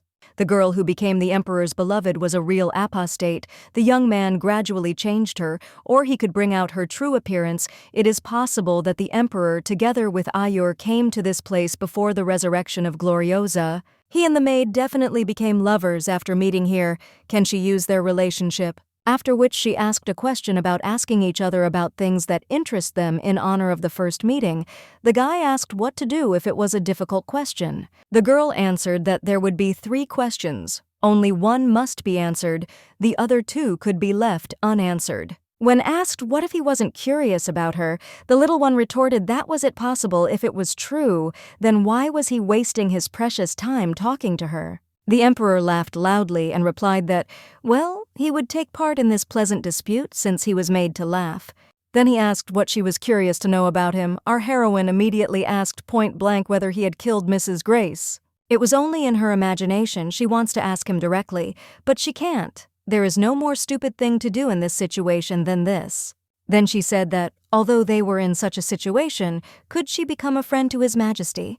While the little one was wondering whether they were enemies or friends, whether the emperor was the only one on Ayurpik's side, the boy replied that of course he had a magnanimous character. There is nothing more wonderful than meeting a new friend in a new place. He is going hunting in the Gatuza forest soon. How about going together? The girl replied that it was a wonderful offer, but she would refuse. She was afraid that she would become a hindrance, since she had never hunted. Leold replied that there was no need to worry. If she remembered that her brother was a skilled hunter, then she would also quickly learn everything. The little girl noted to herself that she didn't want to learn this. Why should peaceful animals living in the forest lose their lives? Hunting isn't even slaughter for food, but just a simple pastime. The young man noted that, judging by the expression on her face, she was clearly against hunting. There was also a fuss in the capital about problems with hunting. Several groups formed claiming that women could hunt better than men, in response to which men's hunting groups increased in number, so an organization emerged that opposed hunting. It is a pity that now His Majesty does not know whether their friendship will be eternal if she does not like hunting. Ayur loves hunting, so she can't help but go, and she stated that she hates this activity. Our heroine stated that it seems that Lady Pick is one of the members of the Women Hunters Club. The young man replied that it was true that her mother, the Marquise, was in the vanguard and leading this club. Gloriosa said that now it was clear who she took after for being so brave, but she noted to herself that the splattered blood, the arrow that pierced the body, and the countless deaths, could she really enjoy that? Her mother was a kind person. Every year she wandered through the cedar forest during the hatching season, worrying about whether the chicks had fallen out of the nest. Thinking about her, the little one does not want to side with the hunters. The thoughts were interrupted by the voice of the guy, who said that now it was his turn to ask a question. He was not interested in anything, but a question had just arisen. We must assume that a man and a horse fell into the sea. Both of them cannot swim, and only she can save them. Who will she save first? Our heroine noted that this was mockery, but the young man objected that this was a question with a simple choice. The teacher often torments him with such questions. The little girl noted to herself that many people had gathered. There were more than 30 people there, and everyone was listening to her words. Therefore, her answer is the answer of a candidate for the post of head of the family. Her thinking and choice extends to all the possessions of Yulisha. The young man put her in a difficult situation and is waiting for an answer about what a bad hobby he has. After which she replied that she would first save the horse. Firstly, in Yulisha, where she is the head of the family, there will always be a rescue squad on the seashore. Such a system will not fall apart. Secondly, for the safety of all, logs will be launched into the vast sea, and nets will be set up so that people can hold out. Even if the rescuers are late, people will be able to safely wait for help, but this is not why she will save the horse in the first place. She has a sensitive understanding with the owner, so many people consider horses as a friend or family member.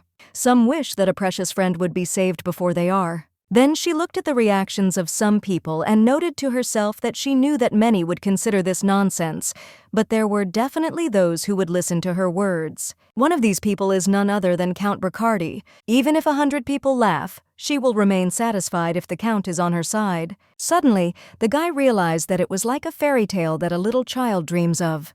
Gloriosa noted to herself that he looked too pleased for someone who thought so. Perhaps he thought the same as she did. What worried her most was what Count Bricardi thought about this, whether he liked her answer. There is nothing more important than to win over the 3 families of vassals Yulisha, Dalvini, responsible for culture, art, and education.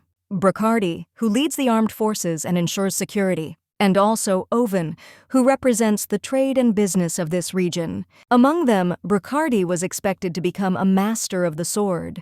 Plus, he was Arvid's father's fencing teacher, so she wants to look dignified. Therefore, it will be very good if this man takes her side. Noticing out of the corner of her eye that Ayur was taking Arvid somewhere, the little one noted that she was up to something again, and the guy said that now it was her turn to ask a question again. Gloriosa came to her senses and said that indeed, after which she asked if he hated anyone. She noted to herself that in her case it was the older brother. What did he put in the box that he passed on through the second candidate? Suddenly, the young man replied that yes, even at that moment he hated himself. Then he raised his finger to his lips and said that it seemed that today's conversation would have to end here. Suddenly, the butler's voice was heard asking for a moment of attention. Then he opened the box and said that this was the symbol of the head of the Yulisha family. He presents to everyone the tiara of the head of the family. 10 minutes ago, Ayur came up to Arvid and said that he really has beautiful eyes. Why does he walk around with them closed in everyday life? When the boy replied that if she looked closely she would see that he was blind, the girl objected that he didn't look that way at all, and that he seemed to know who was where. The young man noted to himself that this was a funny provocation. She wanted to know if he had pretended not to see during their first meeting. After which he said that nothing could be done. It seemed that the lady had something to say, so he asked everyone to step aside. The girl was glad that they could finally have a safe conversation alone. She had been waiting for a moment like this.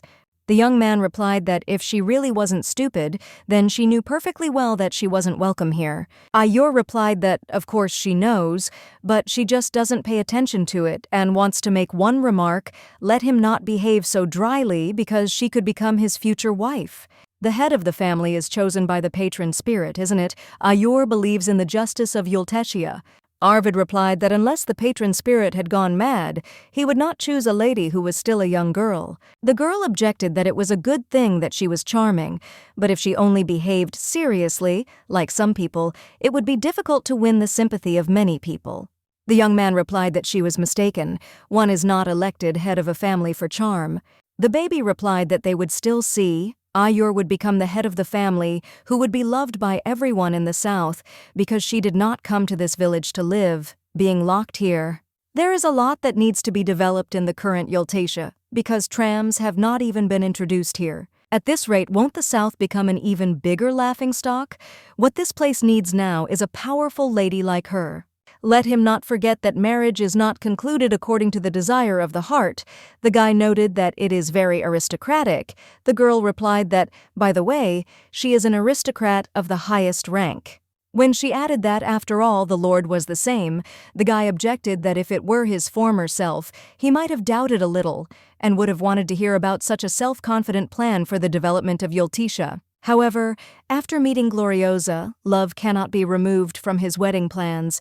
At least he will never marry Ayur. After which the voice of the butler was heard, who presented to everyone the tiara of the head of the family. It is passed down from generation to generation since the time of the second head of the family. The tiara has the appropriate historical value, but there is something more special. Namely, this precious stone, the ancient Aegon stone. There are only 3 of them in the whole world. Unlike in the past, when magic was only used by mages, in modern times, items have been invented that can be used by ordinary people if magic is poured into the Aegon. One of such inventions is the first tram in the history of the empire. In the capital, lines were laid and a carriage without horses was set in motion, a means of transportation that he immediately found interesting. Although he gave up because of the decisive disadvantage that people get burned during the stone extraction stage. If you bring your hand to unprocessed Aegon, you will get a deep burn. But of course, everything will work out if you work in special equipment, but if you do this, the speed of extraction will decrease. Of course, stone is a consumable material. In order for a tram to move all day without stopping, it is necessary to spend a huge amount of stones. I wonder how the regent managed to obtain such a quantity of material. I need to find out. Then he noted that the second candidate seemed to have shifted her attention elsewhere.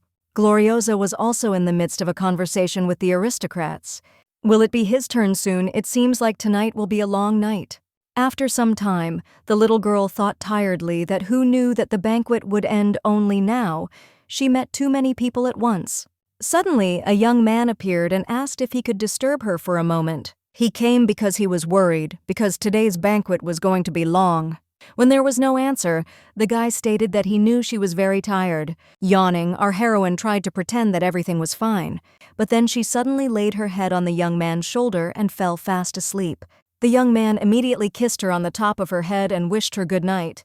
The next day, the baby thought that yesterday Arvid definitely visited her, but she can't understand whether that kiss was a dream or reality. But she was also glad that he simply came, after which she realized that it was enough to think about it. She needed to work. By the way, it is very interesting about what business the owner of the trade guild sent the letter. The boy asked how the little star Yulisha was doing. He was diligently fulfilling the duty she had entrusted to him. It seems that the issue with the hostel will be easily resolved.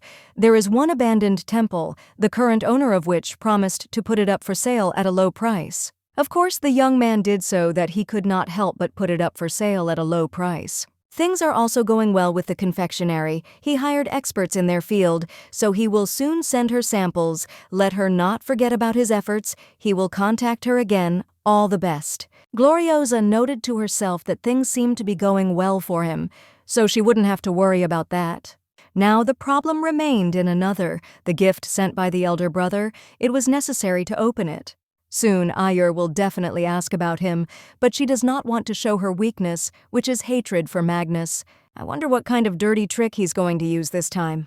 When our heroine finally opened the box, she saw a note and a seed of a man-eating flower in it. Does this man still think that she will tremble with fear at the sight of this plant? Her brother still considers her a worthless child whom he bullied. The note began with the words, Gloriosa, his beloved younger sister. Her brother will do anything for her. There is no need to worry about anything. and let him try for the sake of becoming the head of the Yulisha family. Of course, he is not going to demand anything because she becomes the head of the family. The young man was always proud of her. Our heroine found this too suspicious. Magnus could not write something like that. The handwriting was very similar to the older brother's, but someone definitely forged this letter. Not knowing what kind of seed it was, they just left it lying there. Who did this? Magnus is a strict, suspicious person, so he did everything himself, from wrapping the gift to handing it over to Ayur. Who could have had a hand in this? Who, why, where, and how? Meanwhile, Lem sat on the roof, watching the little girl and thinking that it was still too much to send a letter to his own sister in this way. If he had not had the desire to secretly enter Elvador, there would have been trouble. Of course, it was an unauthorized entry. The owner of the mansion's window just suddenly broke. Well then, what is the best way to teach a lesson to a brother who does not know how to appreciate his younger sister? At such moments, of course, the best thing would be a long and painful punishment. After a short period of time, Magnus was informed that Lem Roshan Yultesha was requesting a meeting. The man suggested having a drink and talking about the future of the empire. The young man was horrified at what this snake was doing here. When they sat down at the table, the man said that this was not his vaunted ingredient. The drink left much to be desired. There is an aroma, but no taste. The guy retorted that if he doesn't like it so much, then let them go back to the south. Lem replied that if he had the opportunity, he would have left long ago and drank his own wine, but he could not interfere with the newlyweds, his son and his bride. Magnus did not understand why this man had come here at all. They said that the regent had sent him to the kingdom of Ganhill. If he had already finished his business, then why didn't he get out of here? Lem continued that his son and his wife seemed to be simply beaming with happiness. The guy continued to be angry to himself that he appeared in front of the main gate without warning and started commanding, no respect for him. This man is simply a snake's spawn. I never liked him. The man has great strength, but always behaves like an eccentric. He is lazy and willful. You have to look for someone so disgusting. They are both equal dukes in reality, so why does Magnus still feel like a child around him? Suddenly, the uninvited guest declared that he hated it when someone invaded his lands and did not like it when strangers interfered in his affairs. The guy replied that he didn't understand what was being discussed, but he didn't expect to hear this from a man whose son had taken his sister from the family. Then he decided to take advantage of the moment and escape, so he said that he didn't want to waste any more time, he needed to go. But the man looked at him menacingly and ordered him to stop immediately. The conversation was not over, so let him not dare to be impudent. The guy was scared that it had just happened. For a second it seemed to him that a snake had appeared in the room. Lem continued that he should avoid meeting his daughter-in-law alone. His son's warning seemed to be insufficient. Then he put his hand on his shoulder and said that, in that case, he himself would explain everything to him. Let him remember that wherever the young man is, he always watches him. And now, he asks for forgiveness, but it is time for him to go about his business. The young man thought all this was familiar in his words. Then it dawned on him that he had told Gloriosa the same thing in his letter. It was written there that worthless children like her always return to Elvador. Let her remember wherever she is, he always watches over her.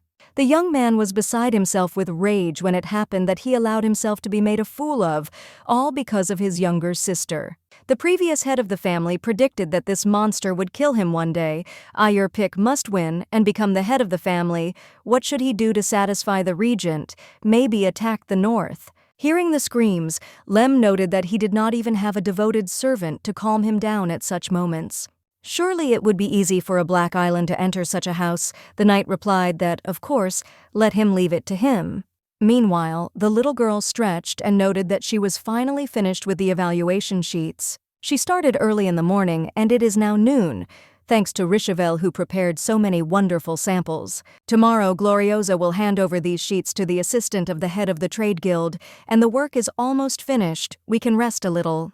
When the little one went out into the garden, the plants immediately began to tell her that she had worked hard today, so she noted to herself that they were very kind and would always be on her side.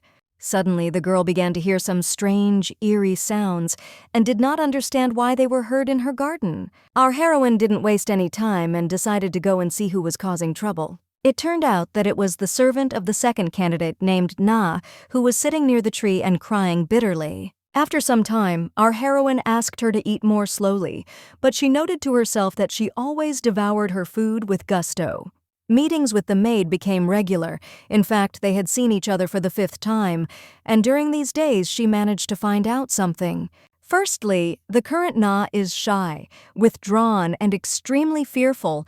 This image is so different from the future that it simply does not fit in the head. Secondly, the girl is a real glutton. She continues to eat even if her stomach is full.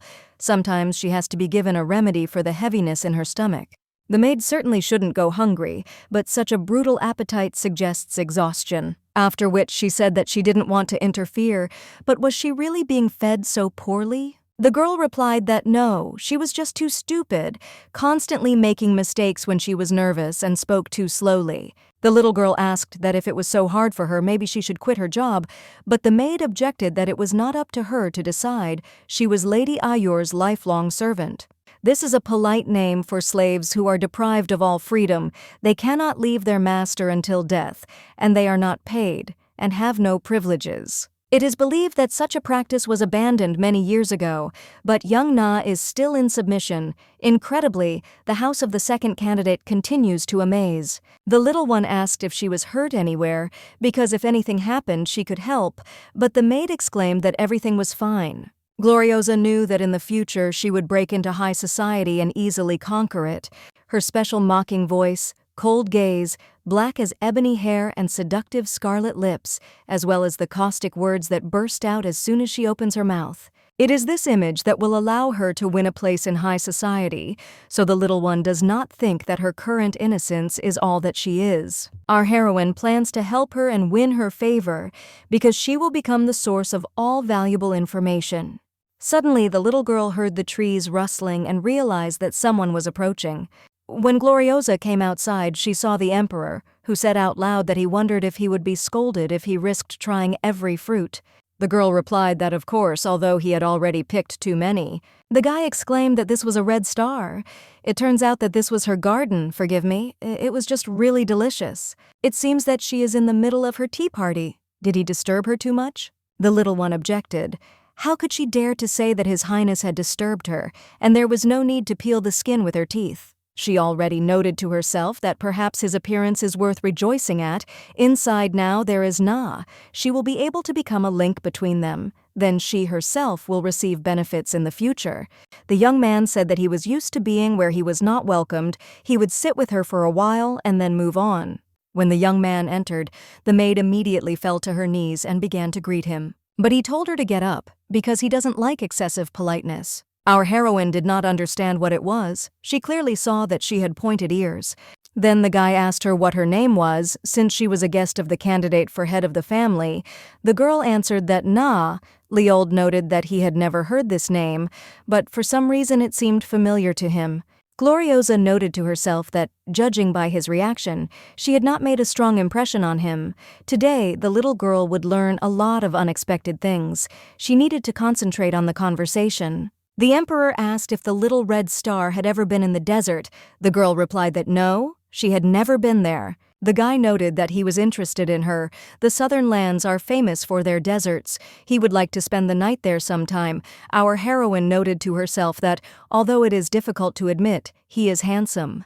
But he still can't compare with the young lord. There are many guests in Yulisha now. What if someone falls in love with him? Then the young man handed the maid a slice of some fruit and told her to try it, because they had a wonderful aroma. Suddenly the maid began to tremble and laugh loudly, which threw everyone into confusion.